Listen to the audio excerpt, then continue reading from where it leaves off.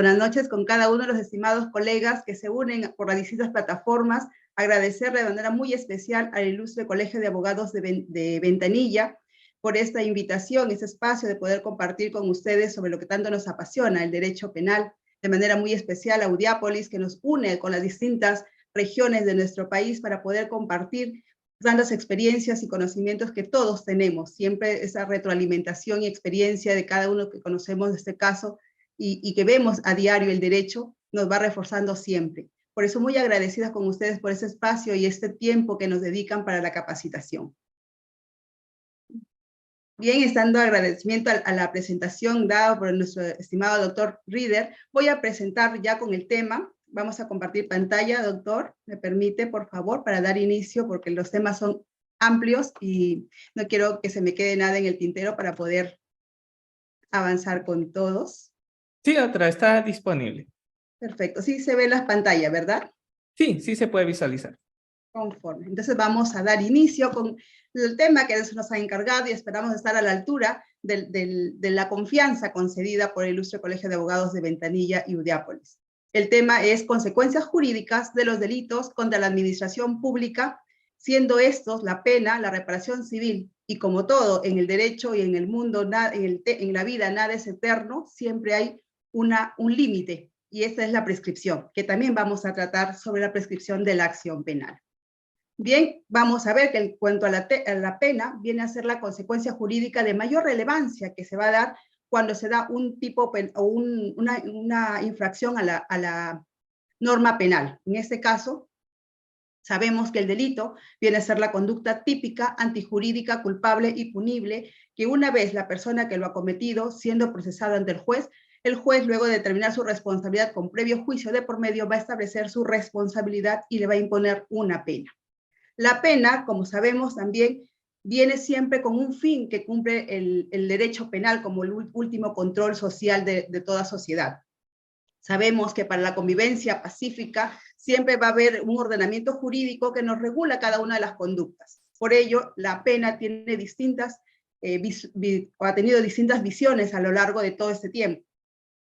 Una de las teorías que ha estado es la teoría absoluta, ¿no? Que viene en el tiempo de que teníamos que purgar la pena por cada infracción cometida o por cada conducta mal hecha, siendo pues su relevancia siempre desde el punto de vista religioso, luego del punto de vista ético con Kant, que refería que el hombre no puede ser un objeto para luego ser un instrumento de ejemplo que delinques y luego te van a imponer la pena. Para Kant decía eso no es éticamente comprobado, sino que el fin de una pena siempre va a ser con un fin de justicia, ¿no? Viendo la justicia, si cometiste un delito, tienes que atribuirte una pena, pero no verlo como un fin utilitarista como refería Kant. Y otro punto, pues, del visto jurídico, ¿no? Hegel decía que la pena tiene un fin, pues, que siempre va a apuntar a la justicia. Si tiene este valor absoluto de justicia, si cometiste un delito vas a ser atribuido una pena. Ese es el punto de vista de las teorías absolutas, de la teoría del fin de la pena. Estos fueron pues ya decaídas en desuso porque ellos veían desde el punto de vista del pasado. Cometiste un delito, vas a atribuirte esa pena.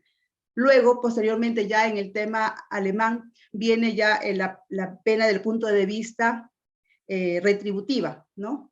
En el punto de vista retributiva tenemos que la pena va a ser vista como una prevención. Ya vamos a ver, cometiste el delito y vamos a ver a futuro para que no cometas nuevos delitos. ¿Qué vamos a hacer? Y ahí empieza en el punto de vista de las teorías relativas, del punto considerado como la prevención general y la prevención especial. Viendo como prevención general esa orden, ese mandato a los ciudadanos, a la colectividad, de que no cometan delito, porque de lo contrario se le va a imponer una pena. Esto tiene también un punto de vista positivo y un punto de vista negativo. Desde el punto de vista positivo, desde la prevención general positiva, implica pues indicarle a la sociedad, tú interioriza la conducta para que no cometas delitos, en términos sencillos. Y desde el punto de vista prevención general negativa, implica pues que el ciudadano se le da una intimidación. No cometas el delito para no verte sancionado con una pena. Desde el punto de vista pues de temor, de miedo, desde el punto de vista negativo. pero también se ve un punto de vista de la prevención especial. Y la prevención especial, a diferencia de que la prevención general se dirigía a la colectividad por el hecho cometido, en la parte de la prevención especial se dirige ya al ciudadano, que una vez que ya cometió el delito, que ya fue sancionado, que ya fue ante un juicio establecido como responsable y condenado, se va a ver ya en la determinación judicial de la pena, ya en la ejecución misma también de la pena, en la imposición de la pena al sujeto que ya infringió la norma penal. En cambio, en las absolutistas se veía pues un mandato a la colectividad en general. Acá se va a dirigir al ciudadano, por eso es prevención especial. Y positiva, ¿por qué? Porque en ese punto va a ver la personalidad del infractor o del imputado, el sentenciado propiamente dicho, ¿no? Va a ver, tú cometiste el delito, tuviste este rasgo de personalidad, sobre ello vamos a profundizar para que en el futuro no vuelvas a cometer delito. Es el punto de vista la prevención especial positiva. Interioriza la acción que has cometido para que no la vuelvas a cometer.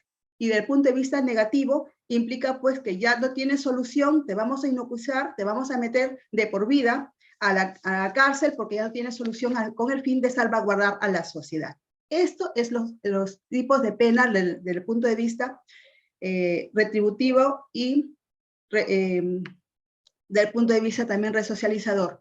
Y ello tiene que ver con los fines que ahora tenemos, ¿no? En el artículo 139 de la Constitución. El fin de la pena es resocializar, rehabilitar y rehabilitar al ciudadano, a la colectividad. Para ello, pues tiene el tratamiento en centro penitenciario para que coadyuve a su formación, que interiorice la norma y no la vuelva a infringir y por sí mismo se inhiba a cometer delitos. Visto desde un punto de vista general, cuál es el fin de la pena, cuáles son las teorías, tenemos que también señalar que la teoría, como refería la absolutista, fue dejada de lado porque no tiene más que un fin de la ley del talión, ojo por ojo, diente por diente, que no es atribuible a un Estado jurídico constitucional democrático que ahora vivimos. Lo que actualmente se está aplicando en cuanto a la teoría de la pena viene a ser la teoría dualista, que es planteada por Roxin. Roxin, ¿qué nos dice?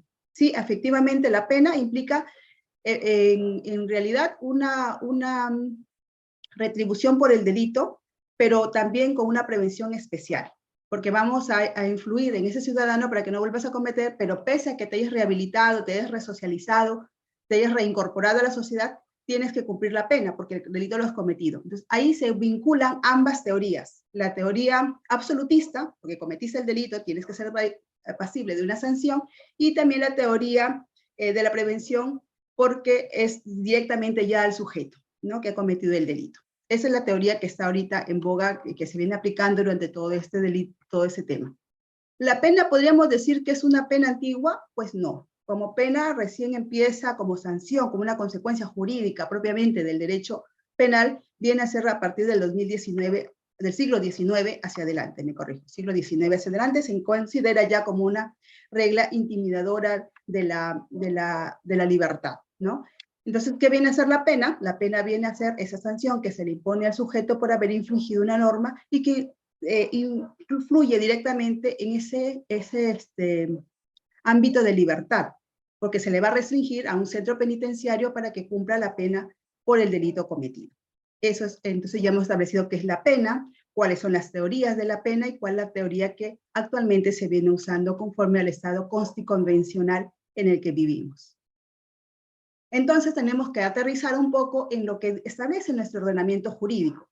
En el Código Penal nos ha establecido, no con la forma tan didáctica como le he señalado en mi PPT, que lo estamos mostrando, pero sí en el artículo 28 hasta las siguientes, viene señalando cuáles son las clasificaciones de la pena.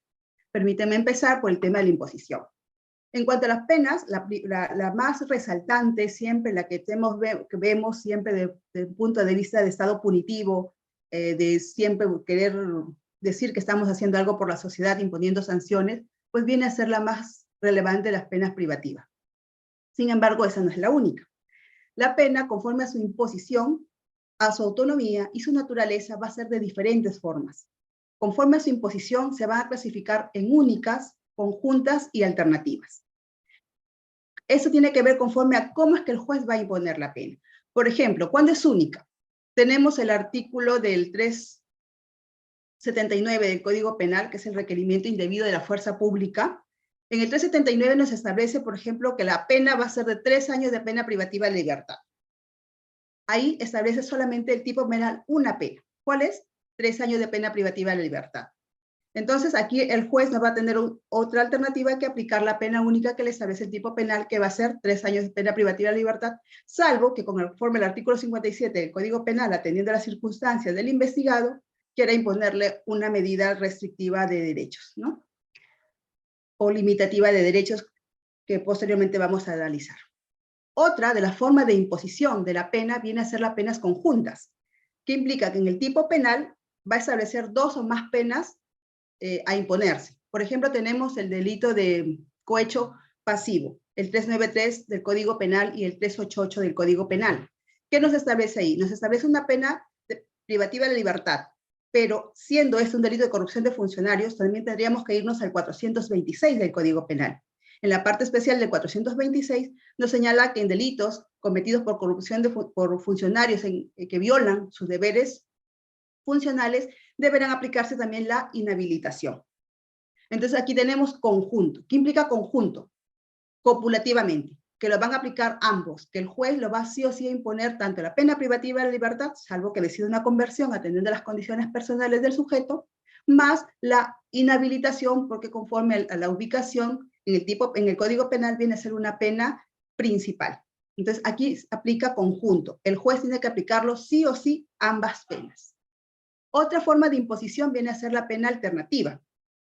Aquí sí le da la opción al juez a escoger. Entre ellas, o aplica una u otra. Como estamos viendo el tema de delitos contra administración pública, me estoy ciñendo más al articulado de esta parte, ¿no? Del Código Penal. Ahí tenemos el artículo 385 de patrocinio ilegal, que señala una pena de 2 años de pena privativa de libertad o prestación de servicios comunitarios. Entonces, aquí el juez tiene las 2 opciones, o aplicas la pena privativa de libertad o la prestación de servicios comunitarios, dependiendo siempre, como digo, el artículo 57 del Código Penal para ver las circunstancias y las condiciones personales del investigado. Bien, hemos terminado en cuanto a la clasificación de la pena conforme a su imposición. Otra de las clasificaciones es conforme a su autonomía. Aquí se van a dividir también en principales y accesorias. ¿Qué implica que sean principales? Pues implica que en el tipo penal, en la parte de la parte especial y en el tipo concreto, supongamos que estamos viendo el 393, que es cohecho pasivo, en el mismo tipo penal se establece qué pena le va a imponer. Como en este caso, 393, el Código Penal, la pena privativa de libertad, está ahí estableciendo cuánto va a ser la pena a imponerse. El juez lo va a imponer. Otro tema es accesorias, que no, la pena accesoria implica que no está establecido en el tipo penal, pero sí está en la parte general. Ya sabemos que el Código Penal se divide en 3, título preliminar, parte general y parte especial. Parte general viene a partir del artículo 1 hasta el artículo 105, con las consecuencias accesorias. Entonces, señalamos aquí que del 106, que es el homicidio, hacia adelante, ya viene pues la parte especial. En el caso de las accesorias, para delitos de corrupción de funcionarios, en algunos temas tenemos, por ejemplo, la inhabilitación que se va a imponer como una pena accesoria en algunos delitos, dependiendo a la infracción que se haya ocasionado como incumplimiento de los deberes, que no es siempre, ¿no? Por ello tenemos ahí aquí en el caso de delitos de corrupción de funcionarios, como ya tenemos el 426, ahí me voy a corregir, con 426 ya establece la inhabilitación para toda la persona que comete el delito infringiendo sus deberes. La inhabilitación viene a ser una pena principal. Distinto es con el artículo 40 del Código Penal. En el artículo 40 del Código Penal textualmente nos señala que la inhabilitación se va a aplicar a todas personas que cometan delitos en accidentes de tránsito o con vehículos de tránsito. Entonces, aquí sí va a ser una pena accesoria. ¿Y cuál es la diferencia entre principal y accesoria? ¿Qué tanta importancia tenga de que una sea pena principal y otra sea una pena accesoria? Es de mucha importancia. Porque si es una pena principal, se va a aplicar sí o sí por el juez. Así el fiscal no lo pida. Creo que pasó en el tema de Fujimori, no pidió la inhabilitación el doctor Abelino Guillén. Y como no lo había pedido y era tema accesorio, porque también estaba el 426, no se le impuso la inhabilitación. Fallo del Ministerio Público. Sin embargo, distinto es ahora que es el 426, así el fiscal no lo solicite, pero el juez, atendiendo al 426, está en la obligación de imponerlo. ¿No? Esa es la diferencia. El accesorio es que si el Ministerio Público, en su calidad de titular de la acción penal, si no lo solicita, el juez no podría imponerlo, porque si lo impone, ¿qué estaría vulnerando? El principio de titularidad de la acción penal, ¿no? El principio acusatorio propiamente dicho, porque el único que tiene la titular de la acción penal es el Ministerio Público, más no el juez. El juez siempre se va a ligar a la solicitud, pretensión que realiza el Ministerio Público. En este caso, si es ahí es la importancia de que conozcamos qué tipo de pena es, o es principal o es pena accesoria. Si es pena accesoria, solo se va a imponer por el juez siempre y cuando el Ministerio Público así lo solicite. Vamos viendo cómo esta teoría es de suma importancia, ¿no es cierto? Luego para aplicarlo y qué tanta incidencias tiene luego en nuestros requerimientos. Otra de las clasificaciones de la pena viene a ser la naturaleza. Conforme a su naturaleza viene a ser principal o no, privativa, no privativa o pecuniaria. Entre las privativas tenemos dos clasificaciones también. La temporal, conforme al artículo 29 del Código Penal, que señala que no va menos de 2 días ni mayor a 35 años de pena privativa de la libertad. O también la permanente, que la única es la cadena perpetua, que dicho de paso se va para un tema de la prevención especial negativa. Tenemos aquí la cadena perpetua, que conforme el expediente 10-2002, acción de inconstitucional de Tineo, y 5.000 ciudadanos, el Tribunal Constitucional tuvo la oportunidad de pronunciarse si era constitucional o no era constitucional la cadena perpetua. Ahí el Tribunal Constitucional como que dice no es constitucional, pero al final lo declara si es constitucional, y pues le exhorta al legislador a que cada cierto tiempo revise las penas o que cada cierto tiempo le dé beneficios penitenciarios. Y por ello, pues el legislador saca en base a esta orden del Tribunal Constitucional, en este caso 10-2002, de acción de inconstitucionalidad, saca el decreto legislativo 921 y establece que cada 35 años las penas que tengan una cadena perpetua van a ser revisadas de oficio, como pasó con el tema de Abimael Guzmán, ¿no? Que revisaron al cumplirse los 35 años de pena. Tema que yo ahí personalmente no estoy mucho de acuerdo, justamente de ello trata mi libro sobre la constitucionalidad y la convencionalidad de la cadena perpetua, que está próximo a salir en 15 días aproximadamente.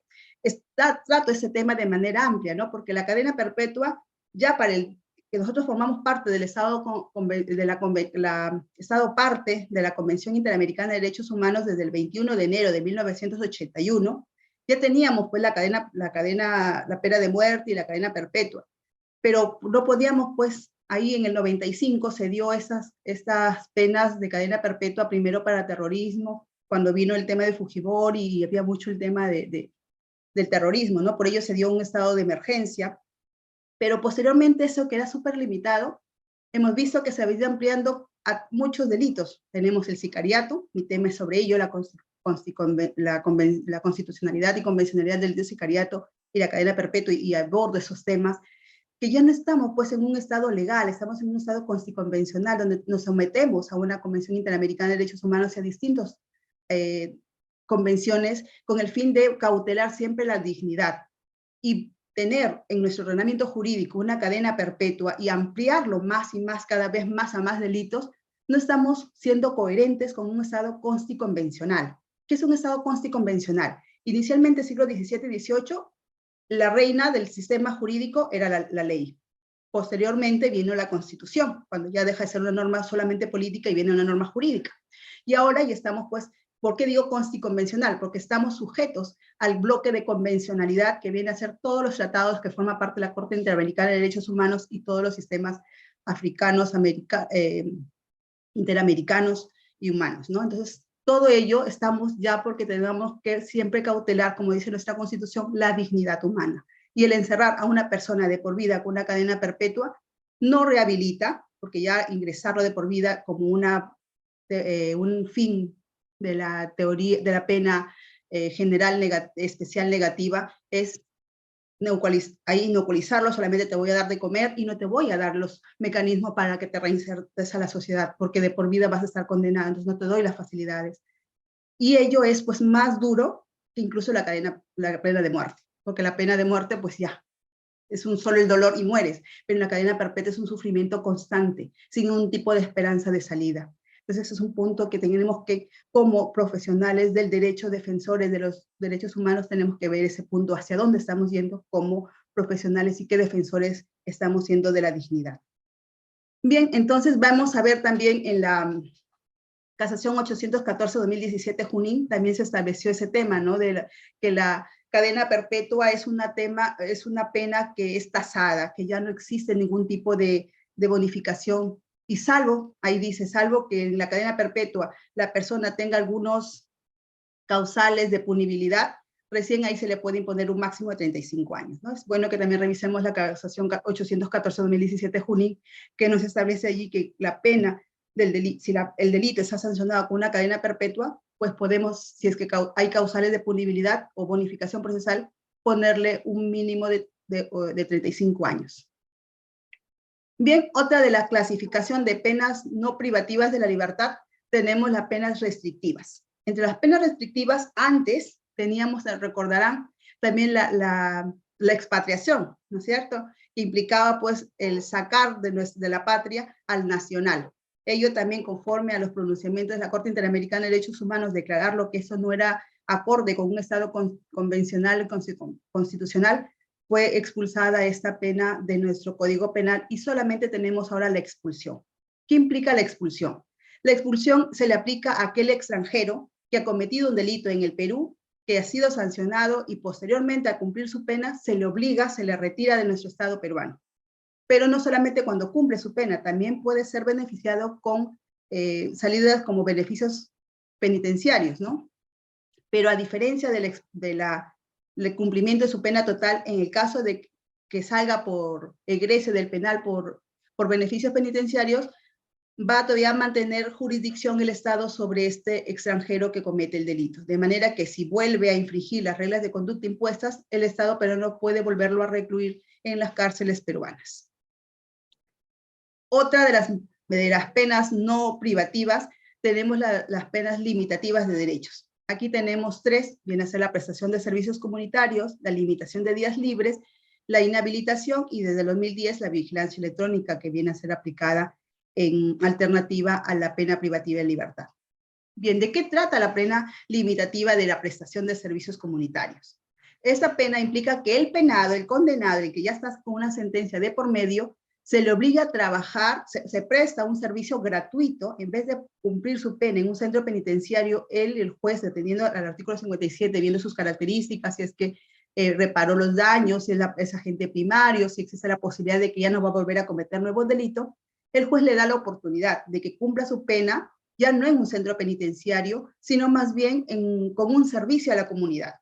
Implica que la persona condenada va a prestar un servicio conforme a sus conocimientos, a sus habilidades, en un centro hospitalario, de educación o cualquier tipo de orden social, va a prestar ese servicio de manera gratuita. De preferencias, viernes, sábado, domingos o feriados, o sábado, domingo, feriados, de manera que no afecte su jornada laboral, porque él también va a trabajar para sobrevivir. Entonces, ese servicio gratuito que va a prestar al Estado, lo va a dar en días que no afecten, sábado, domingo, feriado, salvo que el sentenciado indique que él más bien esos días trabaja y prefiere que sea día hábil, que también es factible conforme al juez que lo decida. Este va a ser un mínimo, una jornada de 10 horas, esa permanencia de ese trabajo, y la mínima jornada va a ser de 10 jornadas y un máximo de 156 jornadas. ¿Ya? Eso se va a aplicar en el caso viendo siempre su personalidad. Eso es en cuanto a las penas de prestación de servicios a la comunidad. En el caso de delitos contra la administración pública, tenemos el patrocinio ilegal y el peculado culposo, que establecen como pena la prestación de servicios de comunidad. Otra pena limitativa viene a ser la limitación de días libres, que es diferente a la prestación de servicios comunitarios. ¿En qué se diferencia? Pues la limitación de días libres implica que el condenado va a permanecer, se le obliga a permanecer en un centro hospitalario, de educación o de fines sociales para recibir charlas, capacitación, de manera que le va a servir a formar esa personalidad, a interiorizar la norma que incumplió y reafirmar esa norma, para así volver, pues, resocializarse y rehabilitarse a la comunidad y poder cumplir las normas que establece el ordenamiento jurídico. Entonces, aquí lo que va, ya no va a ir a trabajar, la limitación de días libres ya no va a ir a trabajar, sino va a prestar, va a recibir charlas y capacitaciones para poder mejorar su conducta. También en el mismo sentido va a ser en un centro de preferencia público, pero también con la prestación de servicios comunitarios puede ser también un centro privado, pero siempre que tenga fines asistenciales o sociales, ¿no? Puede ser público-privado, conforme lo establezca el juez, o el INPE en ese caso, porque es el ente encargado de establecer quién va a cumplir y de qué forma se va a cumplir las penas señaladas por el juez, y va a ser también en un mismo una jornada mínima de 10 horas, en una jornada mínima de 10 jornadas hasta 156 jornadas. Otra va a ser la inhabilitación, que más lo voy a, como es un tema que tiene más análisis en nuestro diplomado, que es el tema de delitos de corrupción de funcionarios, voy a tratarlo más seguido después en un punto posterior. La vigilancia electrónica también se instauró en nuestro ordenamiento jurídico en enero del 2010 y va a ser establecido para aquellas personas que sean agentes primarios, que no hayan cometido anteriormente delitos, que no sean reincidentes, no sean habituales, o que sean mayores de 65 años, o que tengan alguna enfermedad que le impida movilizarse, o que sean cabezas de familia, o que sean madre gestante del tercer trimestre hasta un año que tenga la criatura o el bebé. Hasta ahí se va a poder aplicarle la vigilancia electrónica. ¿Qué implica? Pues que el condenado va a señalar su domicilio o el lugar donde va a realizar, y a partir de allí el juez va a establecer su radio de acción, ¿no? Hacia dónde se va a movilizar esta persona. Entonces ya sabemos que se va a aplicar solo en determinadas circunstancias y que siempre cuando no sea habitual, ni reincidente, y que haya sido su primera condena. Ya esos son los beneficios que establece la vigilancia electrónica, aunque no es tan aplicable todavía porque no se cuenta con los recursos económicos para tener los grilletes en cantidad, ¿no? Otra de las penas pecuniaria tenemos la multa. La multa también está establecida en el Código Penal y viene a ser esa prestación económica que va a pagar el imputado al Estado. Ya no va a pagar con su cuerpo, sino va a pagar con un dinero hacia el Estado. Como regla general, va a ser dentro de los 10 primeros días de dictada la sentencia, salvo que el juez, atendiendo siempre las condiciones personales del investigado y siempre para que la pena no sea restrictiva de sus recursos económicos, a veces establece que sean cuotas también. Aquí también el código establece unos ciertos límites. Para establecer la multa se va a ver todos los ingresos, egresos que tenga el investigado. Y va a señalar como un mínimo el 25% y un máximo del 50%. Por ejemplo, tenemos que una persona gana 900 soles. Esos 900 soles los vamos a tener que dividir entre 30 días. Viene a ser 30 soles. Esos 30 soles los voy a dividir en 4 partes, ¿no? Porque viene a ser el 25%. 30 soles en 4 partes viene a ser 750. Supongamos que le ponemos 100 días multa. 7.50 por 100 viene a ser 750 soles. Eso va a ser los días multa que se le va a imponer. Estamos haciendo una suposición, una simulación de cómo es los días multa. Y bien, en una de las penas no privativas tenemos la inhabilitación. Aquí le voy a dar un poquito más de importancia porque aquí tenemos ese tema también muy importante en los delitos de corrupción de funcionarios. Con respecto, como señalaba, nosotros somos Estado parte de la Convención del Sistema Interamericano de Derechos Humanos, y allí se estableció pues que hay que combatir este flagelo que viene a ser los delitos de corrupción de funcionarios por la gran vulneración de derechos fundamentales que ello incluye.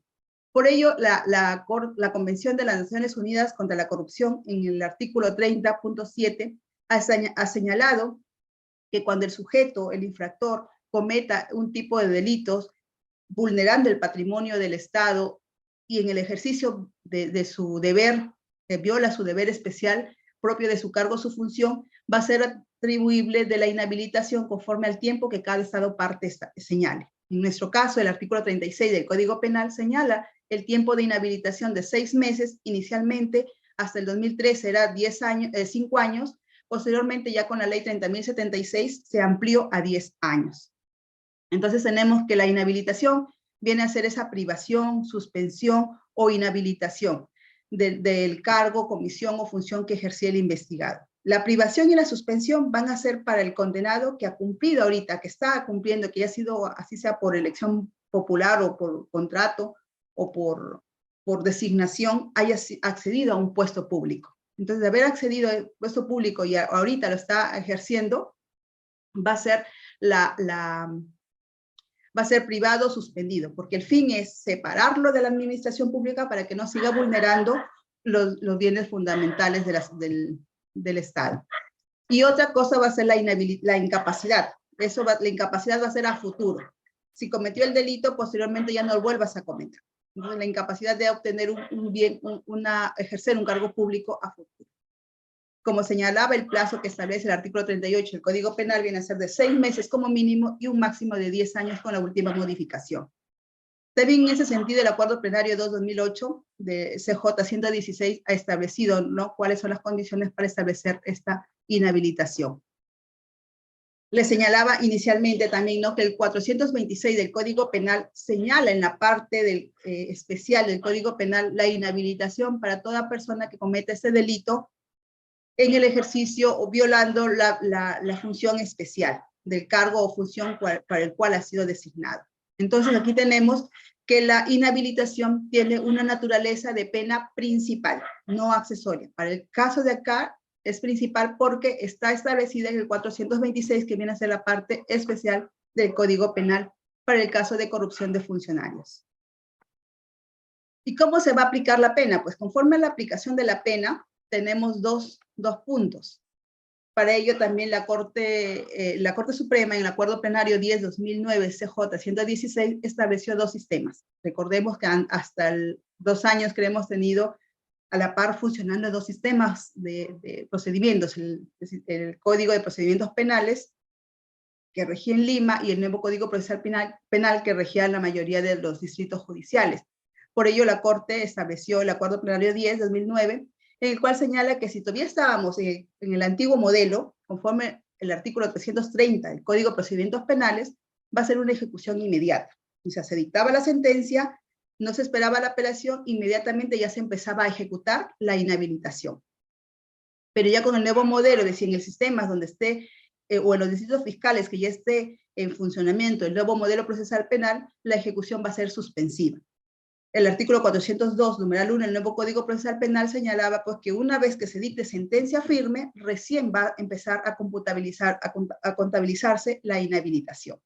Ello es de suma importancia qué sistema se aplicaba, el de sistema de ejecución provisional o ejecución suspensiva. Porque supongamos que una persona fue condenado en el 2010, se le impuso, supongamos, 4 años de inhabilitación. Desde dictada la sentencia, sin que lo haya apelado, de frente desde la dictada la sentencia se empezaba a contar. Si era el 2010 y fue por 4 años, el 2014 ya se supone que ya se cumplió su pena de inhabilitación y para las elecciones del 2015 o 2016 se podía postular. Diferente es con la ejecución suspensiva. Si el 2010 fue condenado con el nuevo modelo y fue apelado y la sala recién, hasta la Suprema lo resolvió en el 2016, recién en el 2016 viene a ser una sentencia firme y por lo tanto desde el 2016 hacia adelante recién se va a contabilizar los 4 años que fue impuesto. Ello es la importancia de cuál sistema tiene que aplicarse. Por ello es que les hago mención sobre este punto y dejé a posterior para poder ampliarlo más. Pero también tenemos que otra de las penas de consecuencias jurídicas de la comisión de un delito no solamente es el tema penal, que lo ve siempre el Ministerio Público, es el único titular de la acción penal, el único que puede llevar a juicio a aquella persona que cometió el delito. Otra de las consecuencias jurídicas también viene a ser la reparación civil, que si hablamos de civil, ya pensamos, ¿no?, el escenario estelar donde debe brillar esa pretensión, debería ser en la vía civil, si actuamos conforme a los sistemas que tenemos, sistema penal y sistema civil. Sin embargo, como vemos también, el Estado tiene un solo fin, que las normas que son vulneradas sean resarcidas a la brevedad, en corto tiempo, y a que además la víctima que ha sido vulnerada con su bien jurídico también se vea resarcida en el menor tiempo posible, con el menor costo y también menos costo para el Estado. Porque el llevar 2 procesos, uno penal para luego llevar un proceso civil, es costo, gastos humanos, gastos para el sistema de justicia, que afecta obviamente a nuestros recursos como nosotros que somos los que aportamos con nuestros impuestos. Por ello es que se estableció por economía procesal que tanto la pena solicitada como sanción punitiva y la reparación civil como una pena de resarcimiento económico sea solo visto en un solo tema, que es el proceso penal. Pero además, también porque veíamos que ambas coinciden, no son iguales, pero al menos tienen puntos de vista convergentes. Por ejemplo, para el injusto penal, que viene a ser el delito, tenemos una conducta típica, antijurídica, culpable y punible, ¿no es cierto? O sea, es una conducta que sea dolosa, culposa, y que además esté tipificada en la norma, que no tenga ninguna causal de exclusión de responsabilidad, de tipicidad, y además que se le pueda reprochar al investigado. Si cumple con esos parámetros, se comete el delito y por lo tanto va a llevar una sanción que es la pena. En el tema civil también se analiza con distintos nombres, pero al final viene a ser lo mismo. El injusto civil viene a ser también una conducta antijurídica, que es la vulneración de cualquier norma del sistema jurídico, el ordenamiento jurídico, un factor de atribución de cómo es que se da ese daño, el nexo de causalidad, que viene a ser esa relación del daño cometido con el acto del imputado, y un daño. Básicamente, si hay daño, se tiene que cumplir, ¿no? El factor de atribución viene a ser ese dolo, culpa o por ley también, a diferencia del derecho penal, que es netamente una responsabilidad subjetiva que viene con el sujeto. En el tema civil es una responsabilidad objetiva. Si el código establece, el código civil señala, cometiste un delito, entonces tienes que aplicar o tienes que pagar ese daño. Si hay daño y hay estos factores de antijuridicidad, factor de atribución, nexo de causalidad, va a aplicarse sí o sí una reparación civil. Establecida la responsabilidad civil, va a haber una reparación civil. Son términos diferentes, responsabilidad civil y reparación civil. Entonces, la responsabilidad es que concluyan todos los presupuestos y que exista con el daño, va a haber la reparación civil. Ello también nos establece en la casación 406-2019 TANMA. Les doy siempre los pronunciamientos porque es de suma importancia que manejemos ese tipo de directivas, de casaciones, porque como digo, estamos viviendo también en un derecho jurisprudencial, donde ya la ley no solamente basta, sino que es muy importante la jurisprudencia. Por ello les traigo la casación 1406-2019 TANNAM del 31 de agosto del 2021, en el cual señala precisamente este punto, ¿no? Que acción civil y acción penal van a ser vistos en uno solo tema por economía procesal, pero que ambas mantienen su autonomía. Puede ser que una persona sea declarado y que no es responsable, que no es culpable, pero pese a ello se le puede dar una reparación civil porque se ha demostrado el daño y esos factores de atribución civil. Pese a la autonomía, pueden hacer que se pueda dar una reparación civil y van a darse los dos en el tema penal. Bien, entonces tenemos que este delito o esta reparación civil que está en la norma civil, vamos a llevarlo al tema penal. Pero pues, ¿cómo ingresa al baile? ¿No? ¿Cómo ingresa a la pretensión, al sistema penal? Un tema civil, ¿cómo te invito al tema penal?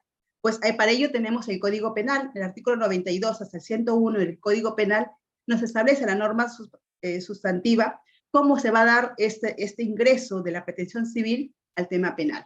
Para ello tenemos que en el artículo 92 nos señala en qué oportunidad, en qué tiempo va a ingresar. Dice que es un derecho de la víctima, dice el artículo 92, la reparación civil es un derecho de la víctima que ha sido vulnerada en su bien jurídico para que sea impuesta junto con la pena. La extensión, nos señala en el 93, va a implicar una restitución y una indemnización. Restitución o reparación e indemnización son temas diferentes. La restitución, ¿qué implica? Que la persona que se ha visto vulnerada en su bien jurídico o el objeto que le ha sido sustraído, supongamos su carro, sea devuelto su mismo carro, porque puede ser que un carro, pues, no sé, para unos tengan un valor sentimental porque era desde el abuelo, tatarabuelo, o es un bien, por muy antiguo que sea, es un bien de bastante aprecio espiritual o psicológico para el afectado. Por lo tanto, él está en su derecho de que se le restituya su mismo bien. Así se encuentra en poder de tercero. Puede ser que el investigado que robó el carro se lo vendió a un tercero y ese tercero fue de buena fe, pero ese tercero lo tiene ahora en su posesión. Llegado el caso, el proceso culminado, determinado el bien que ha sido restituido y si el agraviado quiere su propio bien, que se le devuelva, así se encuentra en posesión del tercero, también tiene su derecho que se le restituya. Después el tercero ya se irá contra el investigado por los daños ocasionados por la compra que se le vendió mal hecha, pero al final es un derecho de la víctima de que sea restituido con el mismo bien. Si fuese que el daño no se deterioró o se malogró, entonces también se puede reparar, ¿no? Por eso hay que decir restitución o reparación del daño. En ese caso establece pues una responsabilidad solidaria. Recordemos en nuestros temas de derecho civil, una es la responsabilidad mancomunada y otra es la responsabilidad solidaria. Mientras que en la mancomunada responde cada uno por su propio, con 50%, 100, 10, 20%, está establecida, tasada, cuánto va a aportar cada uno. En la solidaridad no, implica que todo el investigado va a pagar por todo. Hacia uno solo puede pagar toda la reparación civil y luego él ya va a repetir contra los otros investigados. Por lo tanto, el agraviado puede cobrarle a cualquiera de los investigados el monto, la totalidad del monto de la reparación civil, sin perjuicio que posteriormente el que pagó repita contra los otros investigados. Pero solamente no va a ser sobre el mismo actor. Pues sabemos que en el derecho penal hay un actor a veces directo y uno indirecto, ¿no? El hombre de atrás. O también concurren, conforme a la concausa, el tema civil concurre terceros, ¿no? Que es el dueño del carro, el dueño de la empresa. Entonces, ellos vienen a ser terceros civiles. Todos ellos responden, tanto el investigado, imputado, el actor directo del hecho, como el tercero civil. Todos ellos van a responder de manera solidaria en el pago de la reparación civil. Otro de los presupuestos que nos señala el Código Penal es que esta pago, esa obligación del investigado, del tercero civil, de pagar la reparación civil, se va a transmitir, si éste fallece, a sus herederos, pero obviamente siempre hasta el límite de los bienes de la herencia. En el mismo sentido con la parte agraviada. Si el agraviado fallece, el familiar, los sucesores, también van a estar en el derecho de que se le transmita ese derecho de recibir la reparación civil. También nuestro Código Penal ha establecido la nulidad de actos fraudulentos. En el supuesto que el investigado, con el fin de no pagar la reparación civil, se deshaga de sus bienes o haga que se disminuyan sus bienes, va a hacer que el agraviado no cobra su reparación civil. Si el Ministerio Público o el actor civil detecta ese tipo de actos fraudulentos posteriores al hecho punible, puede hacer plantear también la nulidad de esas transferencias. En el caso que el investigado sea insolvente, también nuestro Código Penal señala que incluso se va a cobrar hasta con 1/3 de la remuneración. Obviamente siempre va a ser por orden judicial, ¿no? Hasta puede ser con descuento de su remuneración para el pago de esa reparación civil.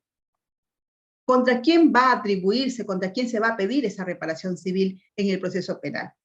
Señalaba pues contra el propio investigado, que viene a ser el actor directo del hecho, o también contra el tercero civilmente responsable, ¿no? Una vez que se haya constituido en tercero civil, previa audiencia del juez, si señaló así, también va a ser posible para que contra él se vaya para pedir la solidaridad de la reparación civil. Esta acción civil va a permanecer mientras subsista la acción penal. Mientras esté vigente la acción penal, supongamos que el delito tiene 10, 15 años, durante todo ese tiempo no va a extinguirse la acción civil, siempre y cuando se lleve dentro del mismo tema, ¿no? Del tema civil. En el tema, caso de la reparación civil, se va a aplicar las normas, supletoriamente las normas del Código Civil, porque, como decía, es el punto estelar, ¿no? Es un tema donde debería de verse, pero sin embargo, por economía procesal y para evitar doble castigo al agraviado, a pesar de ser víctima, volver a sufrir un proceso civil de por medio que sabemos que dura un montón de acuerdo a las cargas procesal, otro martirio más que sufre, entonces mejor ahí por economía procesal, pero el hecho de que se maneje en tema penal no implica que no se le aplique las normas del Código Civil. Temas especiales siempre cada uno en las materias, ¿no? Entonces, tenemos esa la parte sustantiva, pero sabemos que la parte sustantiva, mientras no tenga una norma adjetiva, no va a poder ejecutarse. No tengo un derecho, pero si no tengo la acción, no voy a poder bailar en la fiesta, ¿no es cierto? Estoy con mi traje bien bonita, ahí con mi tema penal me han señalado el traje chévere, pero no tengo la entrada para entrar al baile. Para eso ingresamos con el nuevo Código Procesal Penal, ¿no? Estoy diciendo un poquito para no ser tan, no se me distrae, no se me aburran en la disertación. Entonces, para ello nos vamos ya ahora a ver cómo ingresa ese sujeto procesal a la norma penal, pues con el nuevo Código Procesal Penal. En el artículo 111, en el artículo 11 del Código nuevo Código Procesal Penal nos señala quiénes son los legitimados para pedir la reparación civil. Para ello, pues tenemos al Ministerio Público en defecto del perjudicado. El perjudicado, ¿quién viene a ser? El actor civil, que viene a ser el propio agraviado, o el agraviado del acto.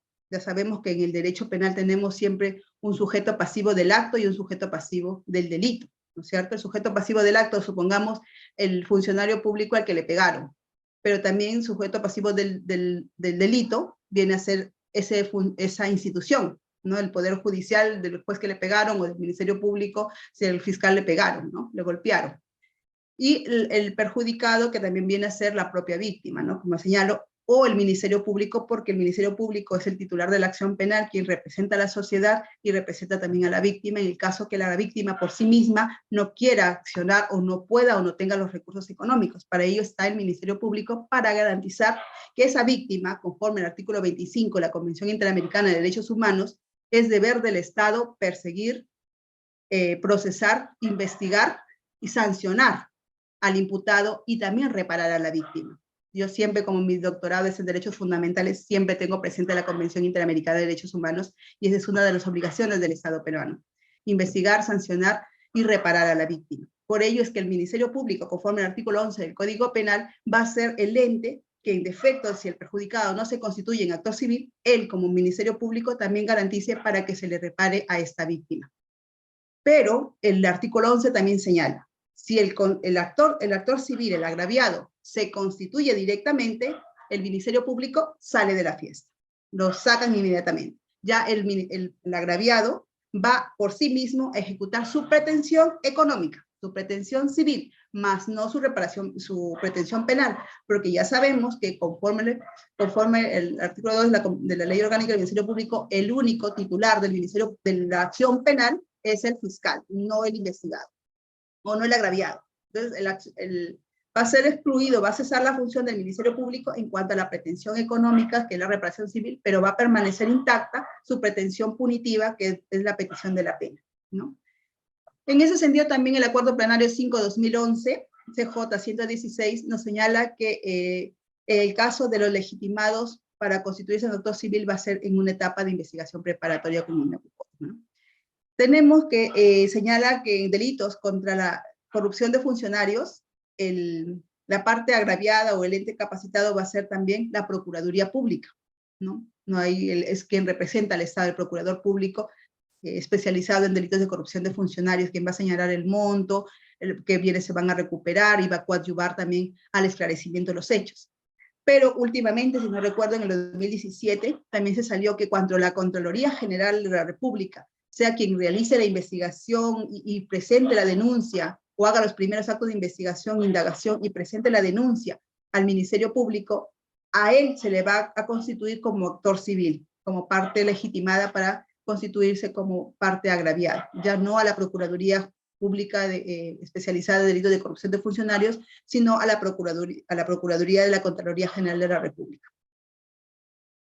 También tenemos que el ejercicio va a ser optativo, ¿no? El agraviado va a decidir dónde más se considera que va a ser más beneficioso para él reparar su daño, sea en la vía civil o en la vía penal, ¿no? O si él considera que el proceso penal quedó en reserva o se suspendió, pues también se puede ir a la vía civil. Es un tema optativo. Él decide dónde va a ejecutar esa vía civil. No necesariamente va a ser en el proceso penal.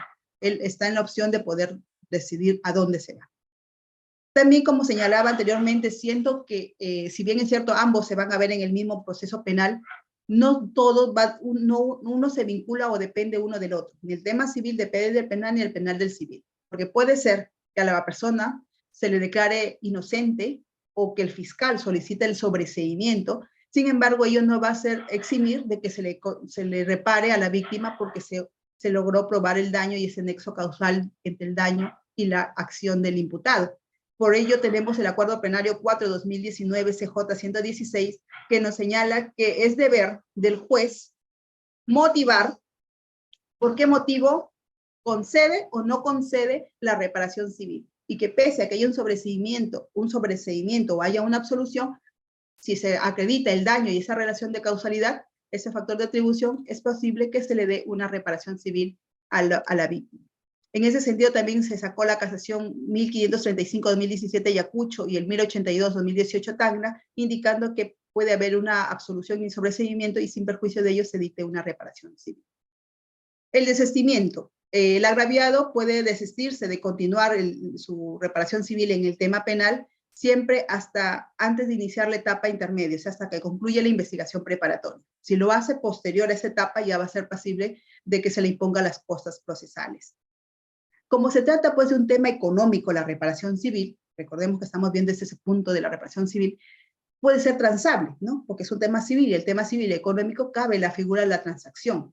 Si fuera así, que el agraviado con el imputado coinciden en una transacción, como ya está accionando el perjudicado, recordemos que, como dije, el Ministerio Público ya sale, cesa su función, y por lo tanto el Ministerio Público no puede oponerse. Si ya el agraviado con el imputado llegaron a una solución alternativa y lo presentaron ante el juez, y el juez admitió, ni siquiera le va a correr traslado al Ministerio Público. Así sea que, pues, renunció, porque es factible de que renuncie. De repente, yo tuve un caso, por ejemplo, de un vecino, se pelearon, hubo unas lesiones, pero la agraviada dijo, no, yo lo único que quiero es que el señor me respete, que nunca más se vuelva a meter, yo no quiero nada. Ahí están los 100 soles, no, yo no quiero nada. Los 50, no, yo no quiero nada de dinero.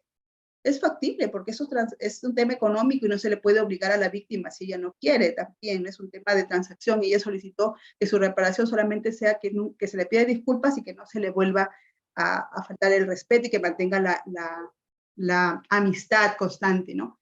Y es factible. Yo no podía imponerle, señora, usted reciba su reparación civil, porque es una transacción y como transacción económica es factible de que ellos transen en el sentido, incluso si no quiere su reparación civil, ¿ya?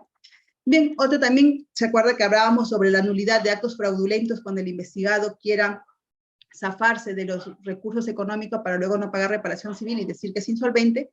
Ese es en el tema material sustantivo. Ahora lo vemos en el Código Procesal Penal. ¿Cómo es que se ejecuta eso?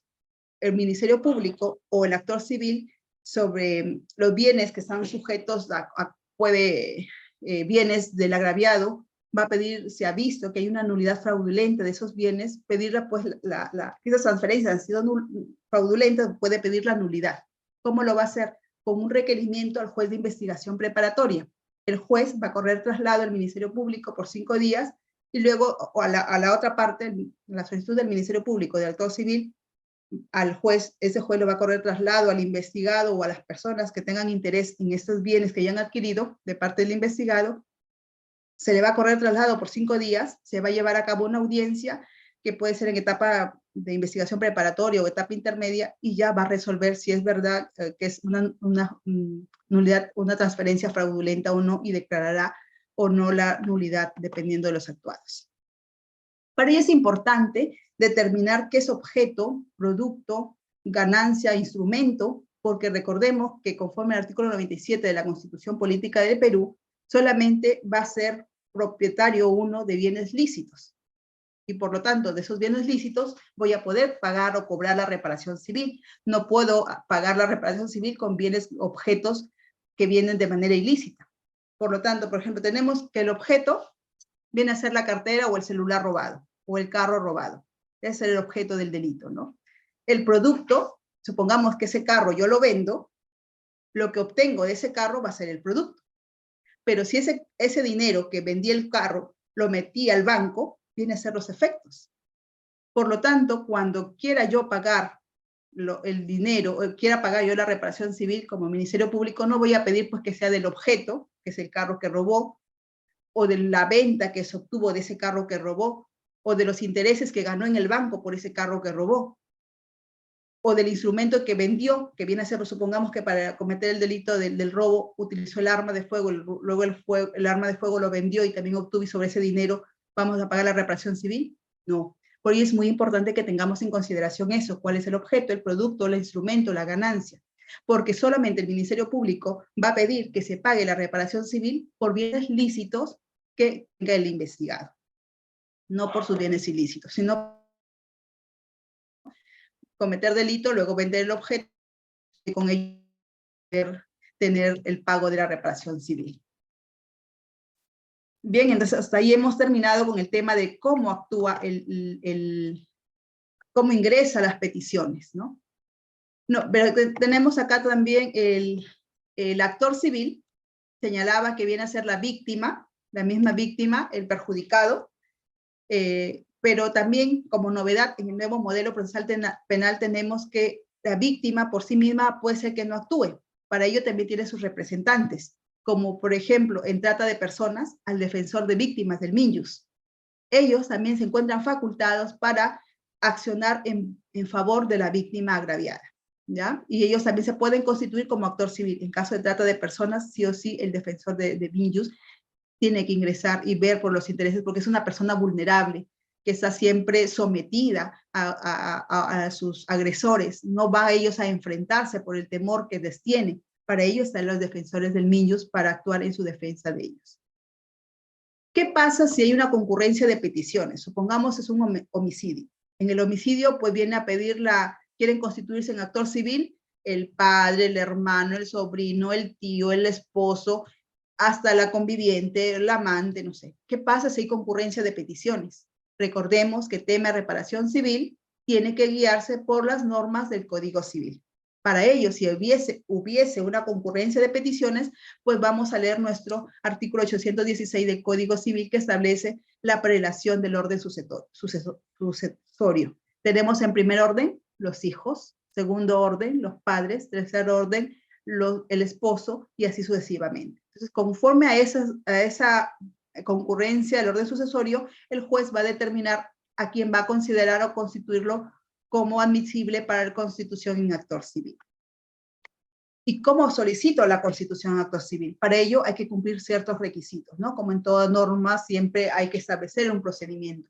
Para ello se requiere que haya una solicitud, un requerimiento, hablar de requerimiento no es como un papel ahí por una hojita, no, tengo que sustentarlo, motivarlo. En esa solicitud, en ese requerimiento formal que le voy a presentar al juez de investigación preparatoria, van a estar los datos del solicitante, o sea, del que quiere constituirse en actor civil, los datos del imputado, del investigado que ha cometido directamente el delito, del tercero civil, si es que lo hubiera también, los datos del tercero civil y la relación que tiene con el investigado, un relato sucinto, claro y conciso de los hechos y la prueba.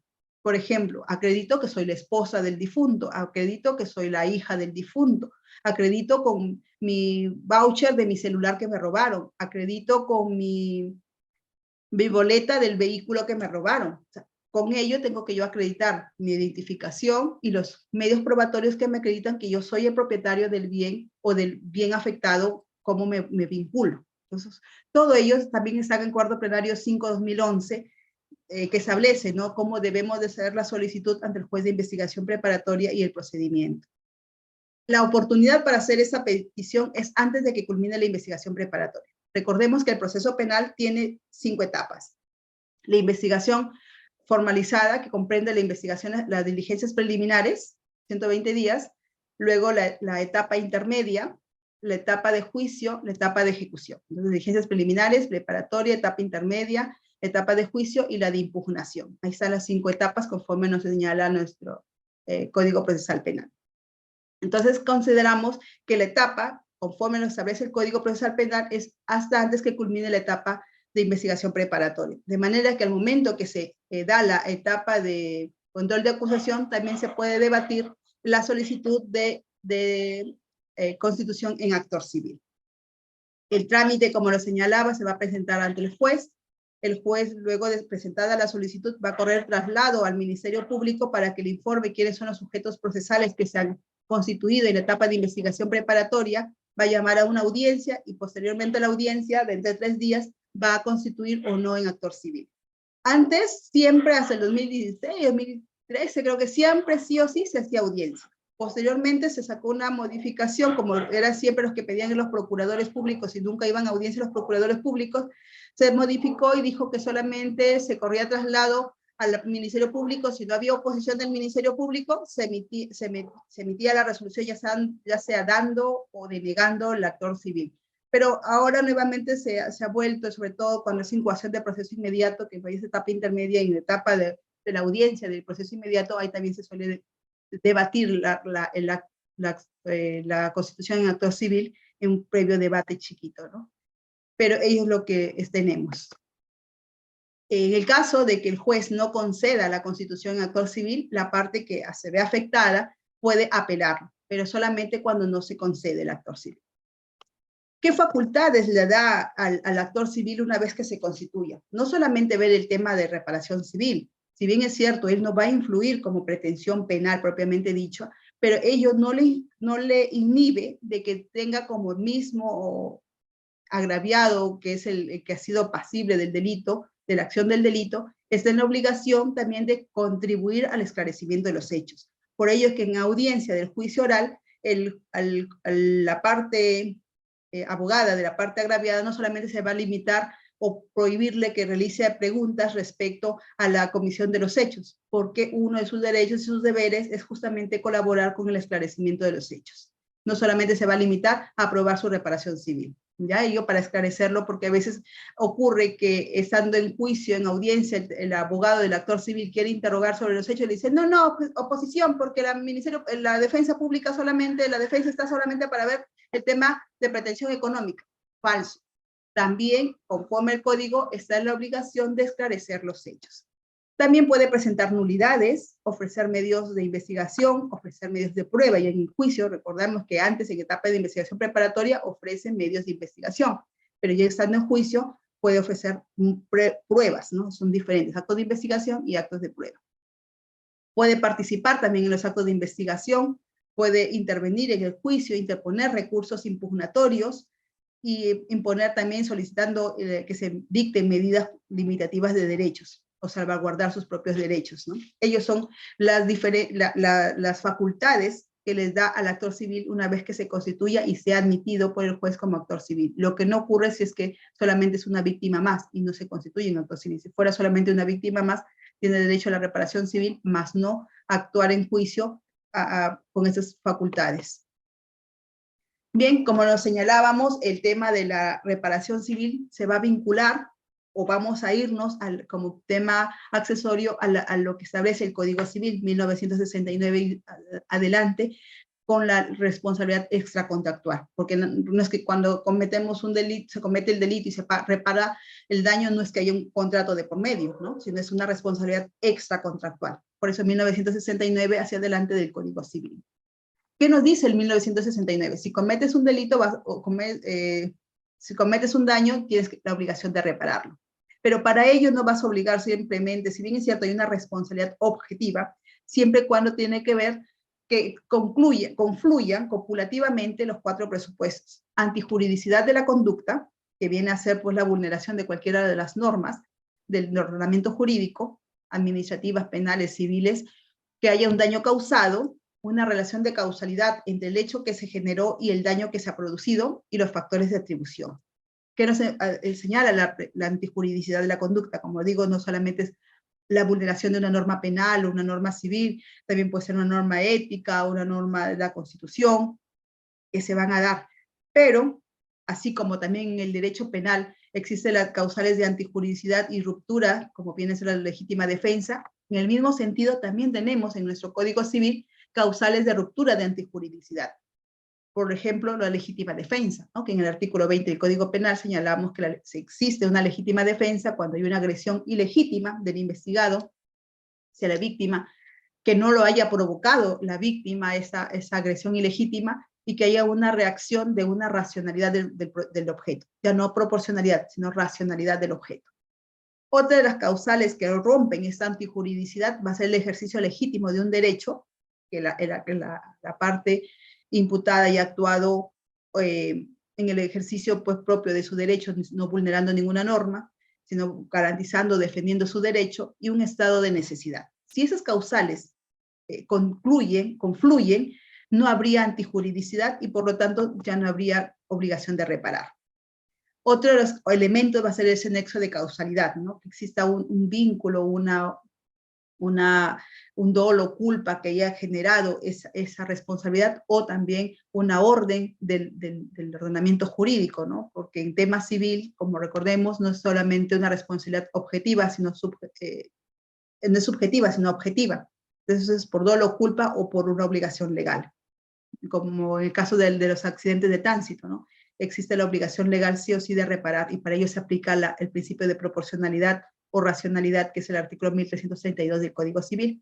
Pues en el caso de que haya un nexo causal también existen causales de ruptura del nexo causal.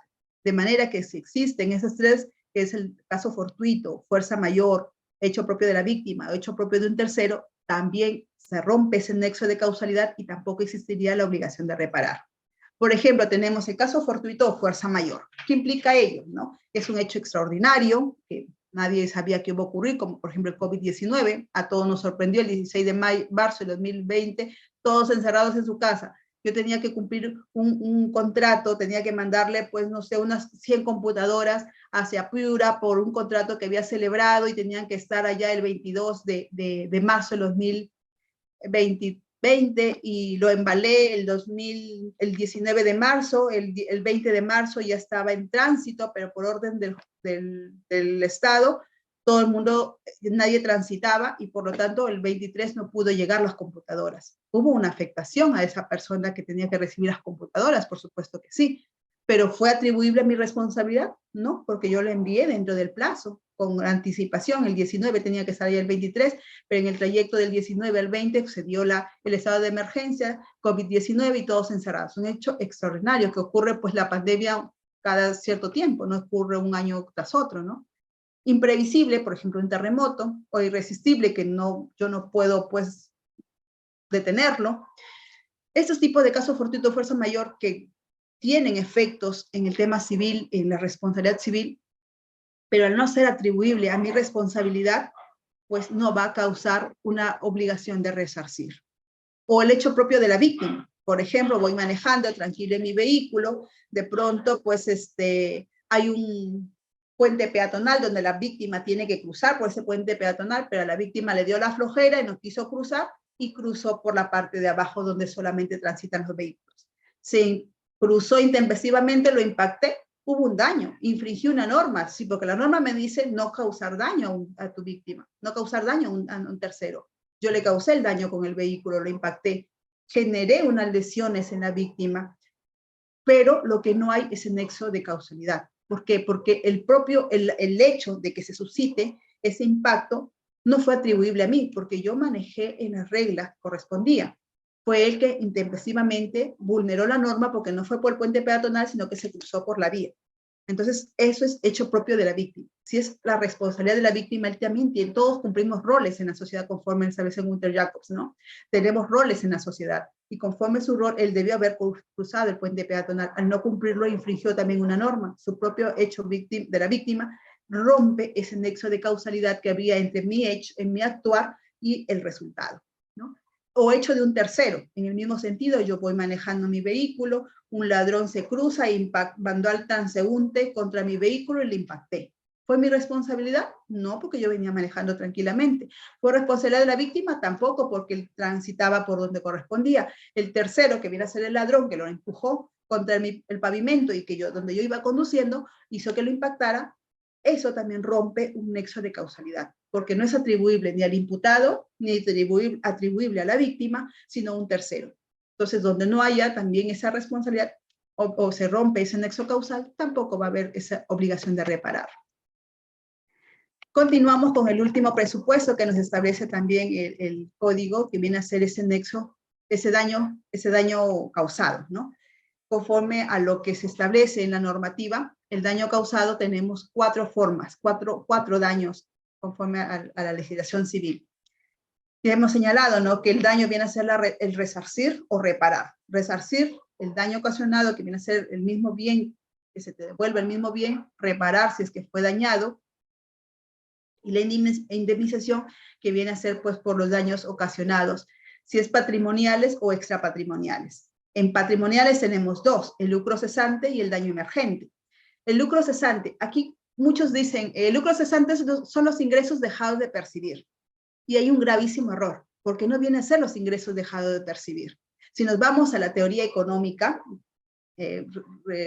conceptos básicos de lo que es la economía, una cosa es el costo y otra cosa es la ganancia. Y costo más ganancia viene a ser ingresos. El costo, por ejemplo, si vendo computadoras, las 100 computadoras me vale 100.000 soles y lo voy a vender a 200.000 soles, el costo viene a ser los 100.000.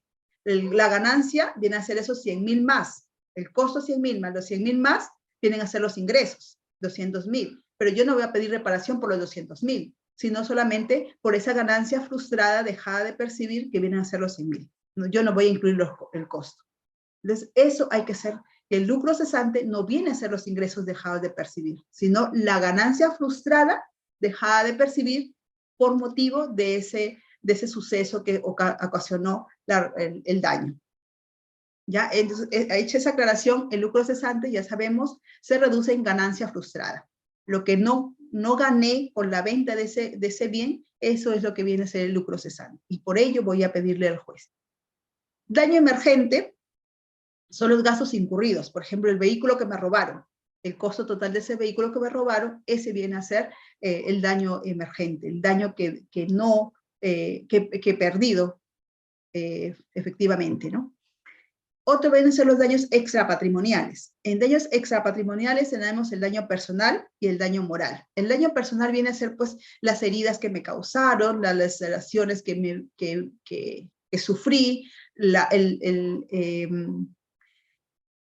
daños en mi integridad física. Y otro va a ser el daño moral. El daño moral viene a ser esa aflicción, ese dolor, ese congojo, ese sufrimiento, lo que no se ve. Por ello es que se dice que los daños patrimoniales son cuantificables, porque el daño de lucro cesante, que es una ganancia frustrada, yo lo puedo cuantificar. Perdí 100.000, esos 100.000 es mi lucro cesante. El daño emergente, el vehículo que me robaron o el celular que me robaron, hay un costo, lo puedo cuantificar. Diferente cuando son extrapatrimoniales. Cuando son extrapatrimoniales, yo no voy a decir, pues, hoy mira, mi dolor por la pérdida de mi familiar, ¿cuánto lo puedo cuantificar? No lo puedo cuantificar. Las lesiones, el ardor que me genera las lesiones, no lo puedo cuantificar, pero por ello no lo puedo dejar de resarcir. Para ello se aplica el artículo 1332 del Código Civil, que señala que donde hay un daño, hay que aplicar razonablemente la posibilidad de manera de que podamos resarcirlo. Por eso se llama estimable. Cuantificable lo patrimonial, que lo puedo ver, y estimable lo extrapatrimonial, lo que no lo puedo ver. Entonces son dos términos diferentes. ¿Cómo lo puedo probar? Por ejemplo, en el caso de las ganancias, con una pericia, ¿no? O con la factura de cuánto gano y cuánto en el mercado se vende, y se puede sacar una pericia de cuánto es la ganancia de frustrada. Con ello lo puedo cuantificar, con una pericia, con el mercado, o el costo de mercado, cuánto se vende. En el daño emergente también, cuando está el vehículo, cuando está el celular, con la factura, lo puedo acreditar. En cambio, en las extrapatrimoniales, pues ahí se va a ver un poco más, va a ser ya más razonabilidad del juez. Por eso el 1332 establece que va a haber conforme a las circunstancias. Si es que pierde un hijo, si pierde al esposo, distinto a si pierde al padre, ¿no es cierto? El hijo simplemente va a ser mucho más doloroso. Ello lo podemos acreditar quizás sí como una pericia de un psicólogo, de un psiquiatra, también lo podemos acreditar. Las lesiones del código del daño personal también con la pericia de médico legista, que me establezca, o las recetas de la medicina que gasté, también se puede así un poco probar, ¿no? En cuanto un tema es la prueba y otra cosa es cómo se va a dividir, si es cuantificable o estimable.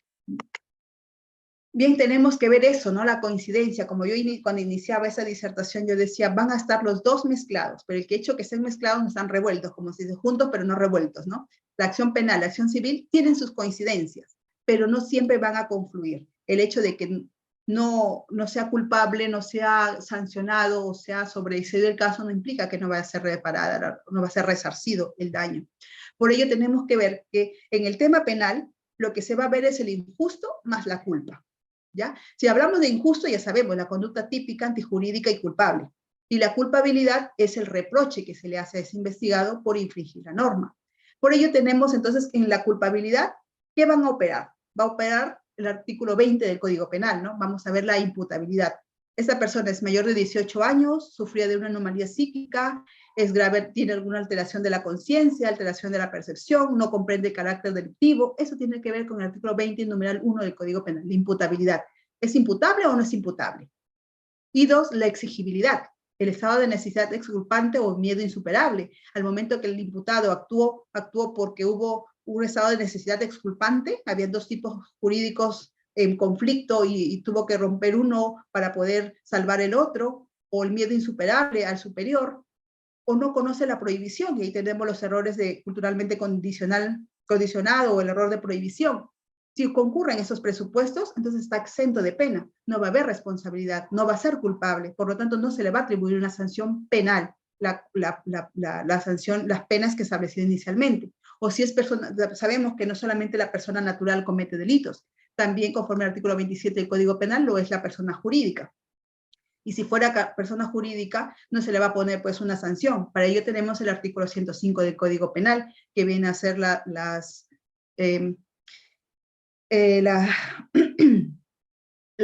atribuciones de cerrado de local o la clausura de local, ¿no es cierto?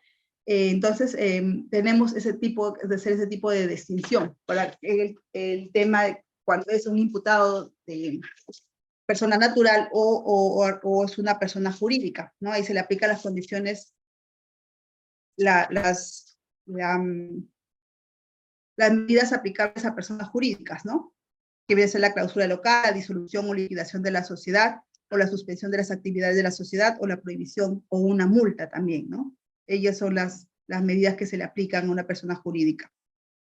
Y en caso de que se fuera un inimputable, pues las medidas de seguridad, que no es propiamente una pena, pero que sí también se le va a atribuir como parte punitiva a la persona que es inimputable. Bien, en el tema civil vemos otra cosa, el injusto más el daño. ¿Qué es el injusto? También la conducta antijurídica, el factor de atribución, el nexo causal y el daño. Si concurre el daño, va a haber una reparación civil. Para ello, también, al igual que en el Código Penal tenemos las causales de inimputabilidad, la exigibilidad y la no prohibición de su acto, también tenemos su similitud en el artículo 1969 del Código Civil. Cuando hablamos de la responsabilidad extracontractual, nos dice que solo se va a reparar el daño si es que se ha causado con dolo o culpa. Antes solamente eran esos dos, dolo y culpa, pero posteriormente también se ha atribuido la responsabilidad objetiva por orden legal, ¿no? Entonces tenemos orden, dolo, culpa u orden legal. También se establece que va a ser una responsabilidad solidaria, a diferencia de la parte penal que habla, solamente respondes porque tú cometiste el delito con tu dolo, tu culpa, tu accionar o tienes un vínculo con esa persona jurídica a quien representa el investigado.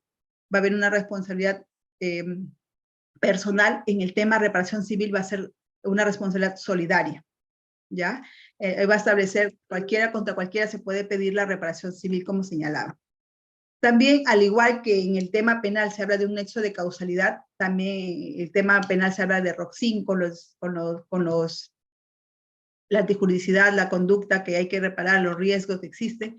Tenemos también la antijuridicidad. El artículo 1971 del Código Penal también establece que no va a haber responsabilidad si es que va a haber un ejercicio regular de un derecho, ¿no? Que también lo tenemos en el artículo 20, numeral 8 del Código Penal. El ejercicio regular de un derecho es causal de no imputabilidad o no es causal de responsabilidad. No hay responsabilidad si concurre en ese presupuesto. Igual la antijuridicidad, no va a haber responsabilidad civil si es que existe un ejercicio legítimo de un derecho. O la legítima defensa, que está en el causal 20, numeral 4 del Código Penal, o deterioro o pérdida inminente de un estado de necesidad, que también lo tenemos en el numeral 3. Y el artículo 1972 también señala que no responde si es que es un daño de fuerza mayor, caso fortuito, hecho de un tercero o hecho determinante de la víctima. Entonces, esos son los que les señalaba anteriormente como ruptura del nexo de causalidad. Igual, si no concurren esos presupuestos o concurren esos causales de ruptura de la antijuridicidad o ruptura del nexo de causalidad, tampoco va a haber reparación civil. Bien, en el caso de la reparación civil en delitos contra la administración pública es de suma importancia ver por la misma calidad de ese tipo de delitos, que son delitos especiales, donde se ve a un investigado que vulnera el correcto funcionamiento de la administración pública, vulnerando los deberes del Estado, vulnerando esa confianza que el Estado le ha dado, vulneran sus funciones, infringen un deber especial donde hay un servidor, un funcionario y un tercero particular, un delito de encuentro, pues no se va a pedir una prueba directa, sino siempre una prueba indiciaria, ¿no? Porque la idea es que se prevengan ese tipo de delitos y se reparen para que no genere pues ganancia al investigado y perjuicio a los agraviados, que son generalmente vulneración de derechos fundamentales de la colectividad. También he traído algunos acuerdos plenarios que ven el tema de la reparación civil en delitos contra la administración pública, como señalaba el acuerdo plenario 2/2005, señala, ¿no? La reparación civil no es una pena, es una consecuencia jurídica. Va a haber un tema, no es un tema punitivo, sino una reparación económica. Por lo tanto, al no ser una de las penas, porque cuando yo recuerden la clasificación de la pena conforme a su imposición, naturaleza y autonomía, no, en ninguna de ellos contribuí o puse a la reparación civil, ¿verdad? Porque la reparación civil no es propiamente una pena. Por lo tanto, si no es una pena, no va a influir la confesión sincera. El investigado puede decir, ya pues ya confesé, ya me redujeron la confesión, por la confesión sincera también redúceme la reparación civil. No, no es factible. Y eso lo establece el acuerdo plenario 2/2005 CJ 116. La confesión sincera no influye para que se le reduzca la reparación civil, porque son dos temas diferentes. Uno el tema punitivo, que sí tiene que ver con la confesión sincera, y un tema resarcitorio, que es un tema económico, donde no tiene nada que ver si confesó o no confesó el delito. Otro de los puntos es el acuerdo plenario 5/2011, CJ 116, que también establece la legitimidad, la oportunidad, porque se suscitaba que cuando se presentaba el requerimiento ante el juez de investigación preparatoria, solicitando la constitución en acto civil, el juez decía, ya pues establéceme cuánto va a ser tu monto de reparación civil. En ese acuerdo plenario 5/2011 le dice, señor juez, usted no puede pedir en esa etapa de investigación preparatoria que el agraviado le imponga ya un monto de resarcir, porque estamos empezando la investigación. Una vez que esté en la acusación, allí sí se va a poner el Ministerio Público o el agraviado establecer un monto, porque ahí ya recabó las pruebas, ya vio qué daños ha ocasionado, cómo los puede probar, cómo los puede estimar o cuantificar, pero no en la etapa de la constitución, sino ya en la etapa de la acusación. Entonces, ese también acuerdo plenario nos establece la oportunidad. Muy resaltante es el acuerdo plenario 4/2019 sobre el sobreseimiento. Señala que a pesar de que el Ministerio Público sobresea la acusación y el juez disponga el sobreseimiento, ello no merma a que la víctima que haya probado ese daño que se le ha ocasionado sea resarcido y sea reparado por el daño que previamente, obviamente, ha probado, ¿no? También establece la obligación de motivar ese otorgamiento de la reparación civil o el no otorgamiento de la misma. También el acuerdo plenario 5/2008 señala cuáles son los elementos de la reparación civil, que es lo que he señalado anteriormente, ¿no? La antijuridicidad, nexo de causalidad, factor de atribución y el daño, ¿no? Que cuando concurran esos presupuestos y no concurran ninguno de los criterios, 6 criterios de la ruptura del nexo de causal o la antijuridicidad, va a ser pasible que se le atribuya la reparación civil a la víctima. Otros acuerdos plenarios también es el acuerdo plenario 6/2006 CJ 116, que en delitos de peligro abstracto, corrijo aquí, es delito abstracto, también debe ser pasible de ser resarcido porque puede ser un monto conforme a lo que establece el juzgador, el artículo 1332, un monto estimable, porque se vulneran bienes jurídicos en abstracto, como la tenencia ilegal de armas de fuego. No vamos a ver cuál es el daño, pero sí se puede más o menos cuantificar la vulneración de la norma. Por eso el Ministerio de Transportes y Comunicaciones, Ministerio del Interior, señala un monto cuantificable atendiendo a la vulneración de la norma, ¿no? El hecho de que sea un delito abstracto no implica que no vaya a ser pasible de cuantificarse un monto de reparación civil. ¿Bien? Con respecto a ello tenemos pues resaltante otra vez la doctrina legal, que en este tema de reparación civil para prescripción también tenemos que ver que pese a que haya absolución, no implica que no se le dé una reparación civil, ¿no? Es muy importante, en el 2017 la Contraloría General de la República sacó un manual donde ya establecía cuáles son los presupuestos para que se pueda dictar una reparación civil o en base a qué criterios objetivos ellos piden una reparación civil. Esos pronunciamientos, ese manual se vio luego posteriormente ya plasmado por la Corte Suprema en la Casación 189/2019 Lima Norte. En el pronunciamiento 19º estableció que en ese tipo de resarcimientos va a aplicarse una valoración equitativa. No va a implicar necesariamente que se establezca, mire, este valor es tanto, más se suma esto, ¿no? Hay veces que pericias que no se puede establecer, pero de que hay una vulneración de la norma y que hay que resarcirlo, entonces sí hay esa obligación. Y por lo tanto, conforme al artículo 1332 del Código Civil, ese resarcimiento se va a dar de manera equitativa. Y luego, pues, en la casación 189 de 2019 Lima Norte se plasmó esos presupuestos que estableció ya en su oportunidad la Contraloría General de la República, y estableció que los presupuestos a considerarse para dictar esta reparación civil en delitos de corrupción de funcionarios, hay que ver 8 presupuestos. Primero hay que ver la gravedad del hecho ilícito. ¿Qué tan grave fue esa afectación al bien jurídico de la administración pública, al correcto funcionamiento de la administración pública? Hay que ver las circunstancias de la comisión de esa conducta antijurídica. ¿En qué circunstancias? En caso de pandemia, por ejemplo, que se dio, qué tan grave era esa circunstancia, qué tanto afectó a la colectividad el vulnerar el funcionario público con sus deberes, qué tanto afectó con esa conducta. También el aprovechamiento ilícito que ha tenido esos sujetos responsables del delito, qué aprovechamiento económico obtuvo con esa vulneración de sus deberes funcionales. También el nivel de difusión pública del ilícito. Es un poco aquí como cuestionable, o sea que si se difundió, bien vas a pagar más reparación civil. Si no se difundió, no vas a pagar mucha reparación civil. Como que es un poco cuestionable allí, pero bueno, así lo estableció la Corte Suprema en esa casación 189 de 2019. También otro de los puntos también dice la afectación del impacto del hecho ilícito, ¿no? ¿Qué tanto impacto generó en la colectividad, en la confianza de los ciudadanos? Luego también analiza, dice, la naturaleza y el rol funcional de la entidad pública perjudicada, ¿no? ¿Cuál fue la entidad? Ministerio Público, el de Salud, el Poder Judicial. Dependiendo de la calidad del ente perjudicado, también se va a ver y el rol y la naturaleza que tenga esto en la sociedad, el impacto va a contabilizarse también la reparación civil. El 7º presupuesto dice qué alcance competencial tenía la entidad pública perjudicada. Es una municipalidad distrital, una municipalidad provincial, es un gobierno regional o una entidad de ente nacional, de competencia nacional. Dependiendo de ello, va a ser la afectación al agraviado y por ello se va a poder cuantificar también la reparación civil. Y el último presupuesto es conforme al cargo o la posición que tenía el funcionario público. Si era pues en qué cargo se encontraba, dependiendo del cargo, como dice Superman, mientras más responsabilidad, el todo poder conlleva una gran responsabilidad, ¿no? Mientras más alto sea el poder, la responsabilidad también va a ser mayor, y ello lo plasma así la casación, ¿no? Con ello vamos a ver los presupuestos.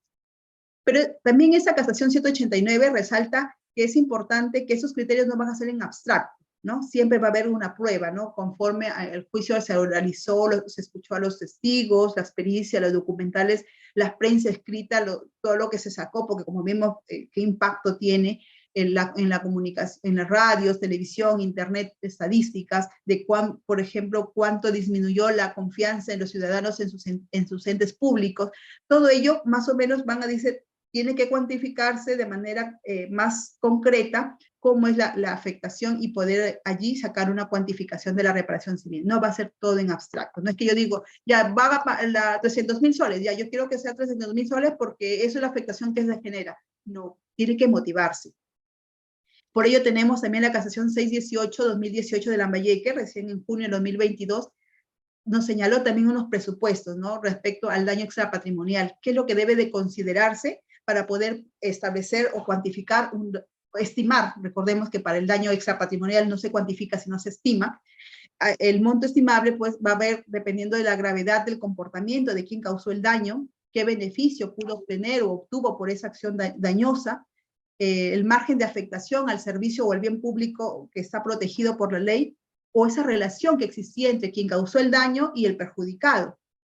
La defraudación de la confianza que generó en los ciudadanos con la infracción de ese deber, o el grado de diligencia con que actuó el responsable en ese caso, ¿no? Entonces, en esa casación 618-2018, la Corte Suprema señala que las razones deben de seguir como una guía para establecer un monto estimable y ponderable de manera ecuánime, no que sea en abstracto y que poner lo que consideren ellos, ¿no? Porque todo tiene que ser motivado conforme a la establece el artículo 139 de la Constitución, una resolución siempre motivada. El recurso de nulidad también 1969-2016 Lima Norte también nos señala, ¿no?, que el fin de una reparación civil es resarcir a la víctima. No tiene que aquí ver la economía o las posibilidades económicas que tenga el procesado. Hace ser presidente de la República, se supone que gana un montón, entonces va a pagar 100.000. Pero el otro, si es el mismo delito que cometió, pero fue un empleado de menos categoría o una persona que no tiene recursos, varios recursos económicos, entonces la reparación civil va a ser menor. No.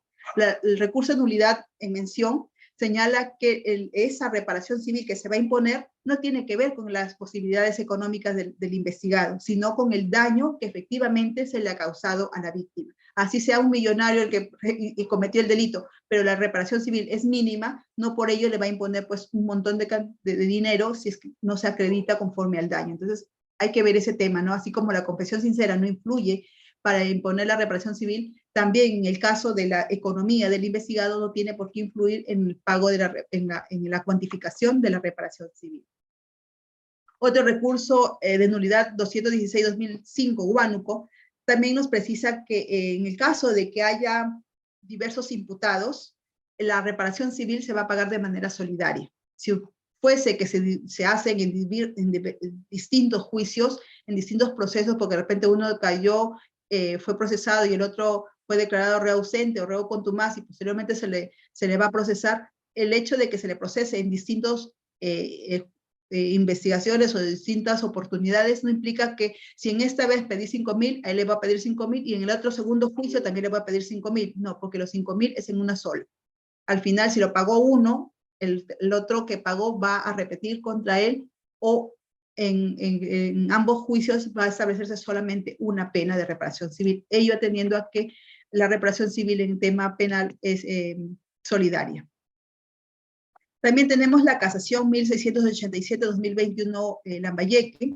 En el mismo sentido nos establece que hay que ver para poner la reparación civil, para fundamentarla, hay que ver la modalidad del daño, que ha sido un daño patrimonial, un daño extrapatrimonial, y conforme a uno, si es otro, va a ser estimable o va a ser cuantificable, los medios de prueba que van a atribuir dependiendo al caso en concreto, por ejemplo, daño emergente, como les decía anteriormente, si es el daño emergente, lo puedo acreditar porque es un bien que he perdido, el celular, el carro, el bien propio, lo puedo acreditar con la boleta que acredité. Pues si es lucro cesante, con la pericia, lo que dejé de percibir, la ganancia frustrada, como le señalaba. Si es un daño extrapatrimonial, también esa casación dice, tienes que especificarme qué tipo de daño es, patrimonial, expatrimonial, extrapatrimonial, y conforme a ello vamos a ver qué pruebas se van a necesitar. Si es daño personal, daño moral, cuánto voy a estimar este daño. Y también esta casación, 1687-2021, nos señala que los intereses devengados desde la fecha de producción del daño van a atribuírsele al investigado. Ese es un tema importante, ¿no? Porque establece los intereses de los devengados. Y recientemente nuestro Tribunal Constitucional, también en el pleno de la sentencia 324-2023, en el expediente 1275-2022, habeas corpus, TC Junín, de este 25 de julio de 2023, nos sacó un precedente vinculante en cuanto a lo que es la reparación civil. ¿Y qué nos dice? Que es deber del juez motivar la reparación civil. En el fundamento jurídico 34 de esta sentencia del Tribunal Constitucional, el TC señala que es imperativa que haya una motivación adecuada y suficiente sobre el extremo de esta resolución, que es la reparación civil. No solo porque tiene una vinculación directa con la resocialización de la persona que fue finalmente condenada, en tanto que implica su rehabilitación, y solo es posible si es que ella cumple adecuadamente su condena, más el pago, más el íntegro de la reparación civil, sino que también tiene que ver con la satisfacción de los intereses de la propia víctima con la comisión del delito. En el fundamento 35 también nos señala que la reparación civil es un derecho de la víctima, así como también lo establece el artículo 11 del Código Penal, el Código Penal y el Código Procesal Penal, ¿no? Que es un derecho de la víctima el ser resarcido en el daño ocasionado por un proceso penal.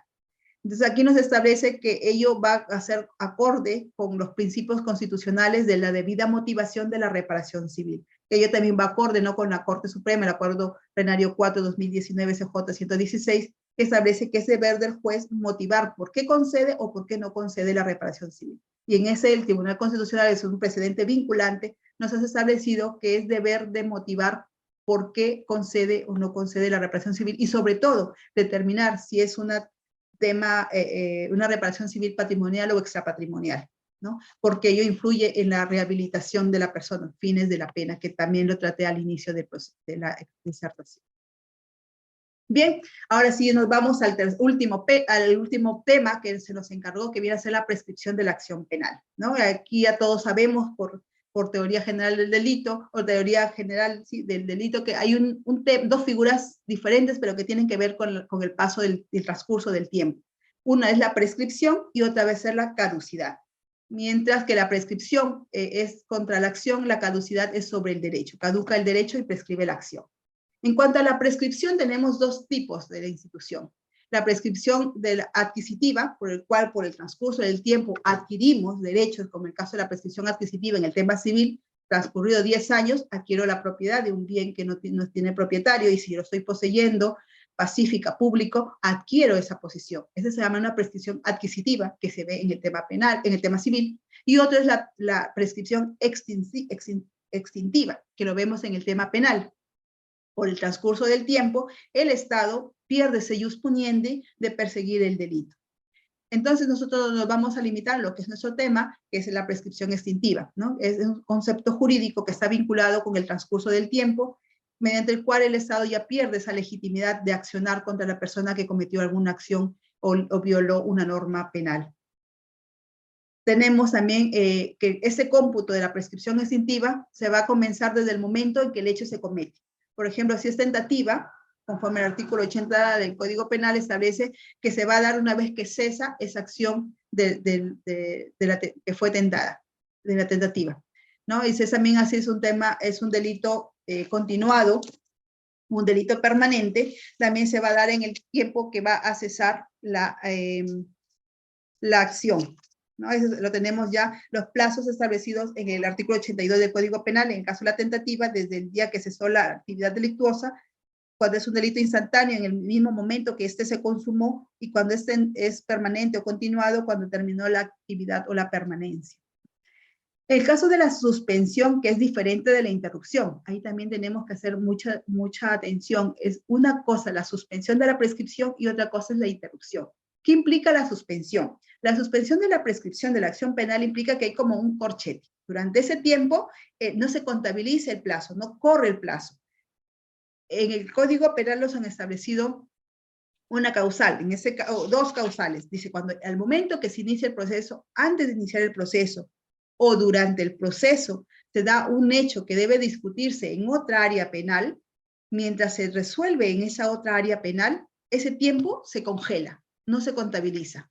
El tiempo pasa anterior, más el tiempo que posteriormente que se vence este plazo de ese tiempo para que se resuelva en otra vía, se congela, no se va a contabilizar. Se contabiliza el anterior y el posterior, pero no es el corchete que se genera con la suspensión. Otra cosa es la interrupción de la prescripción. Cuando se da la interrupción de la prescripción, que son 3 causales determinadas, se va a cortar todo el tiempo.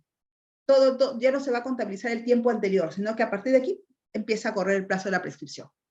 Con respecto a la suspensión de la prescripción de la acción penal, tenemos que se dice, desde antes de iniciar la investigación o durante el proceso se suscita un hecho que va a generar que se disuelva en otra área distinto a la penal. Mientras se resuelva no se va a contabilizar el plazo. Pero con el ingreso del nuevo Código Procesal Penal se estableció otra causal que generó mucho revuelo y continúa siendo motivo de mucha discusión y mucho encuentro ahí, mucha pugna entre los doctrinarios. ¿Qué nos dice el artículo 339 del Código Penal? Que una causal de la suspensión de la prescripción de la acción penal viene a ser la formalización de la investigación preparatoria, ¿no? El 339 del Código Procesal Penal, la formalización de la investigación preparatoria. Y luego, recién, que ahorita voy a continuar más adelante, el 25 de mayo de este año 2023, se modificó el artículo 84 del Código Penal y contemplando también la suspensión de la prescripción de la acción penal, pero ya estableciendo un plazo de 1 año, porque el 339 del Código Procesal Penal no establecía plazo de cuánto es esa suspensión de la prescripción penal. Entonces tenemos que existen 3 causales para la suspensión de la acción penal. Antes de que se inicie el proceso, se determina que hay un hecho que debe determinarse en otra área distinta a la penal. Durante el proceso se determina que hay una causa que debe determinarse en el proceso penal y por lo tanto se va a suspender ese plazo de prescripción. O ahora con el nuevo modelo procesal penal 339, cuando existe la formalización de la investigación preparatoria. Distinta es la interrupción de la acción penal, de la prescripción de la acción penal. La interrupción se va a dejar sin efecto, como digo, el plazo de la prescripción, que implica empezar a contar un nuevo plazo, y eso quiere decir que se inicia un nuevo periodo de la prescripción sin tener en cuenta el tiempo que pasó anteriormente, y así también lo ha ratificado el Tribunal Constitucional en el expediente 3681-2010 en habeas corpus, donde señala que efectivamente una cosa es la interrupción y otra cosa muy distinta es la suspensión. Los plazos de contabilidad van a ser distintos. Entonces, como señalaba, la caducidad es muy distinta de la prescripción. La caducidad extingue el derecho y la acción. Entonces, de forma que ya una vez caducada el derecho, ya no tiene el Estado por qué continuar con la persecución penal. Los plazos de caducidad extingue tanto el derecho como la acción, en cambio la prescripción solamente extingue la acción. La prescripción admite causales de suspensión e interrupción, mientras que la caducidad no admite porque muere todo el derecho. ¿Ya? ¿Cuántos tipos de prescripción ha contemplado nuestro Código Penal? La prescripción van a ser dos, prescripción ordinaria y prescripción extraordinaria. ¿Qué implica la acción, la prescripción ordinaria? Pues implica que la acción penal va a prescribir en un tiempo igual al máximo de la pena que fue fijada por ley para el delito en mención. ¿Ya? En el caso que supongamos que el artículo, en el caso de homicidio, que tiene una pena mínima de 6, no mayor de 15, pues la pena máxima no mayor de 15. En el caso que el tipo penal no establezca una pena mayor, tendríamos que remitirnos, ¿cuál es la pena máxima? Tendríamos que remitirnos al artículo 29 del Código Penal, ¿no? Que establece que un máximo de 35 años. En el caso de la prescripción extraordinaria, la acción penal va a prescribir cuando el tiempo que transcurrido va a sobrepasar en una mitad el plazo ordinario. Supongamos que la pena tiene 6 años como máxima, o el caso de robo, de 6 a 20, de 12 a 20, la pena, el homicidio del primer párrafo del 189, de 6 a 20, no máximo, de 12 a 20, máximo de la pena es 20. Va a prescribir la acción ordinaria si durante el tiempo de los 20 años no accionó el Ministerio Público, entonces se va a cancelar, se va a extinguir la acción penal en el año 20.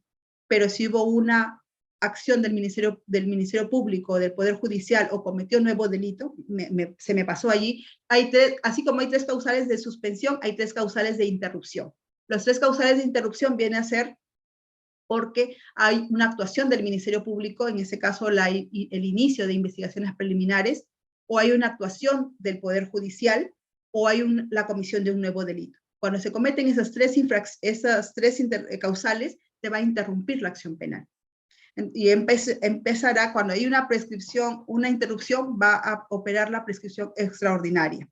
Ya va a ser la acción extraordinaria, la prescripción extraordinaria va a implicar que va a transcurrir en una mitad el tiempo máximo de la pena fijada por ley. Supongamos, estamos con el caso del robo agravado, de 12 a 20.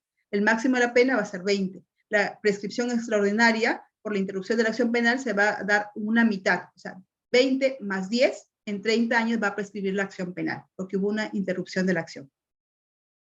Entonces aquí vuelvo a repetirles que las causales de suspensión vienen a ser la formalización de la investigación preparatoria, o una cuestión previa, o una cuestión prejudicial, o también la contumacia. La contumacia también es una causal de suspensión de la prescripción de la acción penal.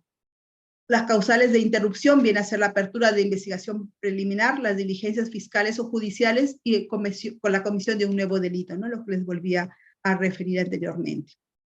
En el caso de la prescripción de los delitos contra la administración pública, tenemos que el artículo 80 del Código Penal nos señala porque se va a prescribir la acción penal en un tiempo ordinario cuando transcurre el máximo de la pena, y en el artículo 83 nos señala que va a ser la extraordinaria cuando supera en una mitad el plazo ordinario de la pena fijada como máximo.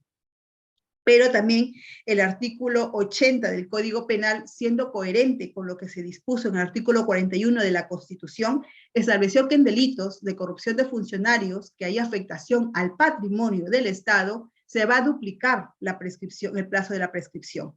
Si la pena tiene 6 años, se va a duplicar a 12 años. Pero para ello vamos aquí a ver que tiene que darse unos ciertos presupuestos. No es que en todos los delitos contra la administración pública el delito se va a duplicar, no, siempre y cuando tenga que ver con la vinculación con el patrimonio, la afectación del patrimonio del Estado. En el caso, por ejemplo, tenemos los delitos de colusión desleal, el delito de peculado, el delito de malversación, ahí es fijo que se vulnera el patrimonio del Estado. Para ello también en ese tema de la prescripción de los delitos con corrupción de funcionarios, también la Corte Suprema se pronunció en el Acuerdo Plenario 1-2010, 116, y el Acuerdo Plenario 2-2011, CJ 116.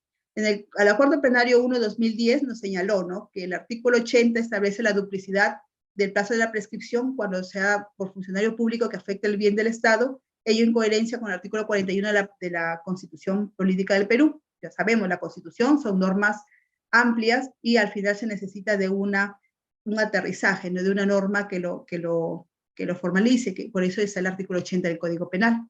En el Acuerdo Plenario 1-2010 nos señala, ¿no?, que el plazo de prescripción se va a aplicar siempre y cuando haya esa vulneración del patrimonio. Y el Acuerdo Plenario 2-2011, CJ 116, también establece que esa duplicidad no les va a aplicar al extraneus, solamente al intraneus. ¿Por qué? Porque el deber de cautelar el patrimonio del Estado, de no vulnerar los derechos funcionariales, es del funcionario público, más no del extraneus. Así también lo señala el Acuerdo Plenario 1-2010, CJ 116, que para que se considere la duplicidad de esta prescripción de la acción penal, tiene que haber una relación directa funcionarial entre el sujeto activo, que es el funcionario público, y el patrimonio del Estado. Esa relación funcionarial debe existir, ¿no?, ya sea porque ingresó por concurso, por designación, por contrato o de facto. ¿Ya? El sujeto público también se encuentra en una posición de custodia de ese patrimonio del Estado, que pueda él, lo tiene custodiado y pueda él disponer de ese dinero, ya sea potencial o real. También tenemos que esa fuente de atribución puede ser no solamente porque hubo un contrato, una designación, sino también porque había un hecho de facto, ¿no? Él tenía un dominio sobre el bien y estaba en sus manos el poder tener una manera de disposición. Por ello recordarán en el caso, por ejemplo, de Vladimiro Montesinos, ¿no?, en aquel tiempo 2000, que fue condenado por, él no era el asesor directo, pero sí era un asesor de facto, y por ello fue condenado. También el caso del congresista que creo que él asumió en mayo recién del 2009, si no mal recuerdo, todavía no es, cuando él se pasa, es tránsfuga, él aceptó el dinero de Vladimiro Montesinos, todavía no era funcionario, pero él ya había adquirido los credenciales de ser funcionario público. Él sabe la potencialidad de ser ya, de afectar el patrimonio. Entonces, ante esa posibilidad, esa potencialidad, siendo coherentes con la Convención Interamericana de Derechos Humanos, es que se le atribuye esa facultad de disposición, esa facultad de ser funcionario, potencialidad de ser funcionario y por lo tanto afectar el patrimonio del Estado, y por ello es que fueron condenados. En ese sentido, también el Acuerdo Plenario 2-2011, CJ 116, establece que estos criterios de duplicidad de prescripción solamente se van a dar si es que se dan los presupuestos del Acuerdo Plenario 1-2010, CJ 116. Es esa vinculación entre el sujeto que infringió sus deberes con la protección del patrimonio. Pero también señala y resalta el Acuerdo Plenario 2-2011 que no se le va a aplicar al extraneus, porque el extraneus no tenía ese deber, no tiene esa relación funcionarial con el patrimonio del Estado, ni estaba en posición de custodiarlo, ni tenía una orden ni siquiera administrativa que podría disponer de este patrimonio. Por lo tanto, a él no se le va a aplicar la duplicidad, solamente se le va a aplicar al que estaba directamente vinculado. Lo mismo lo vuelvo a señalar acá, ¿no? La prescripción solamente va a ser para el intraneus por la vulneración de deberes. Sobre ello también tenemos, en este sentido, lo que ha causado revuelo, como lo señalaba, es la dación de la ley 31.751, dada el 25 de mayo de este año. Señalamos que con el nuevo modelo, el ingreso del nuevo modelo procesal penal, señaló el 339 como causal de suspensión de la acción penal, la formalización de investigación preparatoria. ¿Qué nos decía el artículo 84? Si el comienzo o la continuación de un proceso penal depende de una cuestión previa que debe resolverse en otro proceso, va a suspender la prescripción. Y hasta allí se quedó. Pero el 25 de mayo de este año, y vigente a partir del 26 de mayo de este año, se modificó este artículo 84 y señaló que la suspensión de la prescripción de la acción penal podrá prolongarse más allá de los plazos que dispongan las mismas etapas del proceso penal, que viene a ser la investigación preparatoria y la investigación preliminar, y la suspensión no puede durar más de un año. Ahí sobre ello ha habido un montón de interpretaciones. Unos dicen, tiene nombre propio, quieren que se congele ya los casos de corrupción, de Odebrecht. Sobre ello hay un montón, pero sobre todo hay que ver siempre el análisis jurídico, ¿no? Y en este caso también ha sido modificado con esta ley el artículo 339 sobre los efectos de la formalización de la investigación preparatoria. Antes, el Código Procesal Penal solamente señalaba que con la formalización se daba la suspensión de la prescripción de la acción penal. Con el artículo modificado ya señala que el plazo máximo va a ser de un año. Pasado un año, el plazo de la suspensión ya se prescribiría la acción penal.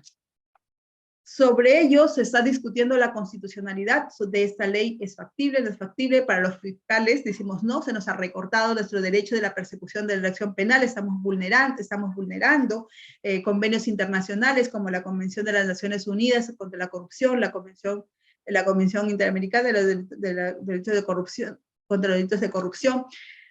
Pero bueno, hasta mientras no se pronuncie el Tribunal Constitucional, la norma viene a ser vigente, viene a ser constitucional, mientras no se pronuncie por contrario. Sobre ello hay muchas múltiples interpretaciones. Para muchos consideran que no, que la norma no es que esté afectando en casos graves de corrupción de funcionarios, por ejemplo, son penas grandes, ¿no?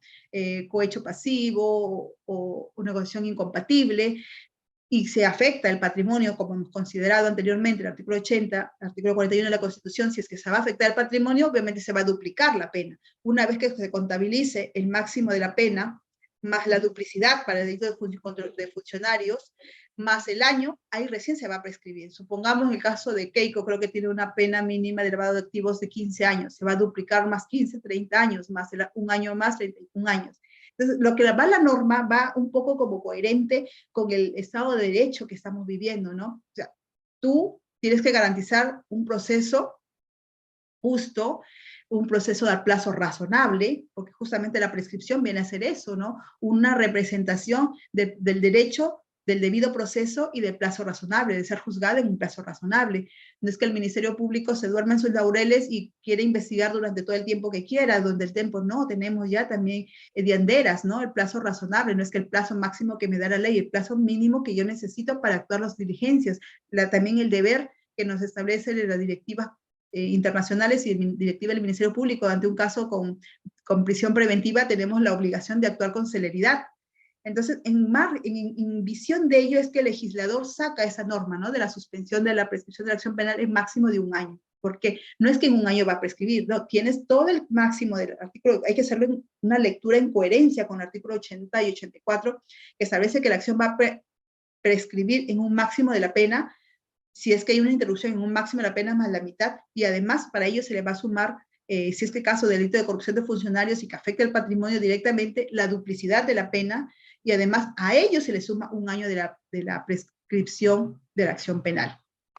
Bien, entonces, con respecto a esta ley que tanto revuelo ha causado, y hay bastantes, para todos quieren jalar para su molino, mientras que el Ministerio Público dice vulnera nuestros derechos de la titularidad de la acción penal, de la persecución de la acción penal, los defensores están felices porque si ya en un año se prescribe, pero ya tenemos ya pronunciamientos de la Corte Suprema en el caso del recurso de nulidad 159/2022 de Lima, en el 18 de julio, ahí nomás casi dictada. En mayo fue dictada, recordemos, está vigente desde el 26 de mayo, ya en el recurso de nulidad mención, el 18 de julio, al mes casi, menos de un mes, hubo un pronunciamiento aplicando ya esta ley. Esa fue la ponente, la doctora Castañeda Otsu, Susana Castañeda Otsu. La doctora aplicó esta ley y con este recurso de nulidad, indicando pues que se va a aplicar la reducción del cómputo de la suspensión por queja extraordinaria a un año. ¿Ya? En el caso también de la resolución 87, en el 20 de julio del 2023, dictada por el 7º Juzgado de Investigación Preparatoria Nacional, aquí el juez, aplicó un control difuso, ¿no? Aplicando ya los criterios de convencionalidad, ya en pos de la tutela jurisdiccional efectiva de la víctima, él cautelando, como lo señalaba el artículo 25 de la Convención Interamericana de Derechos Humanos, nos señala que es deber del Estado investigar, sancionar y también reparar a la víctima. Él avisa desde el punto de vista de la víctima y señala, aplicando el control difuso, que conforme también a la Convención Interamericana de Derechos Humanos, primero solamente lo podía aplicar el juez, pero ya con último pronunciamiento de Hellman II, aplicado a todos los que tengan una cuota de poder, pueden aplicar el control difuso. En este caso, el juez, que es el siempre llamado a aplicar el control difuso, lo ha aplicado y señalado que viendo los pronunciamientos de la Corte Interamericana de Derechos Humanos, él no va a aplicar porque implicaría, si él aplica esa norma 31.751, a su criterio estaría afectando la Convención Interamericana de Derechos Humanos porque no se estaría cautelando los derechos de la víctima. Entonces, por ello es que él ha aplicado el control difuso e inaplicado la 31.751 con el tema de la prescripción.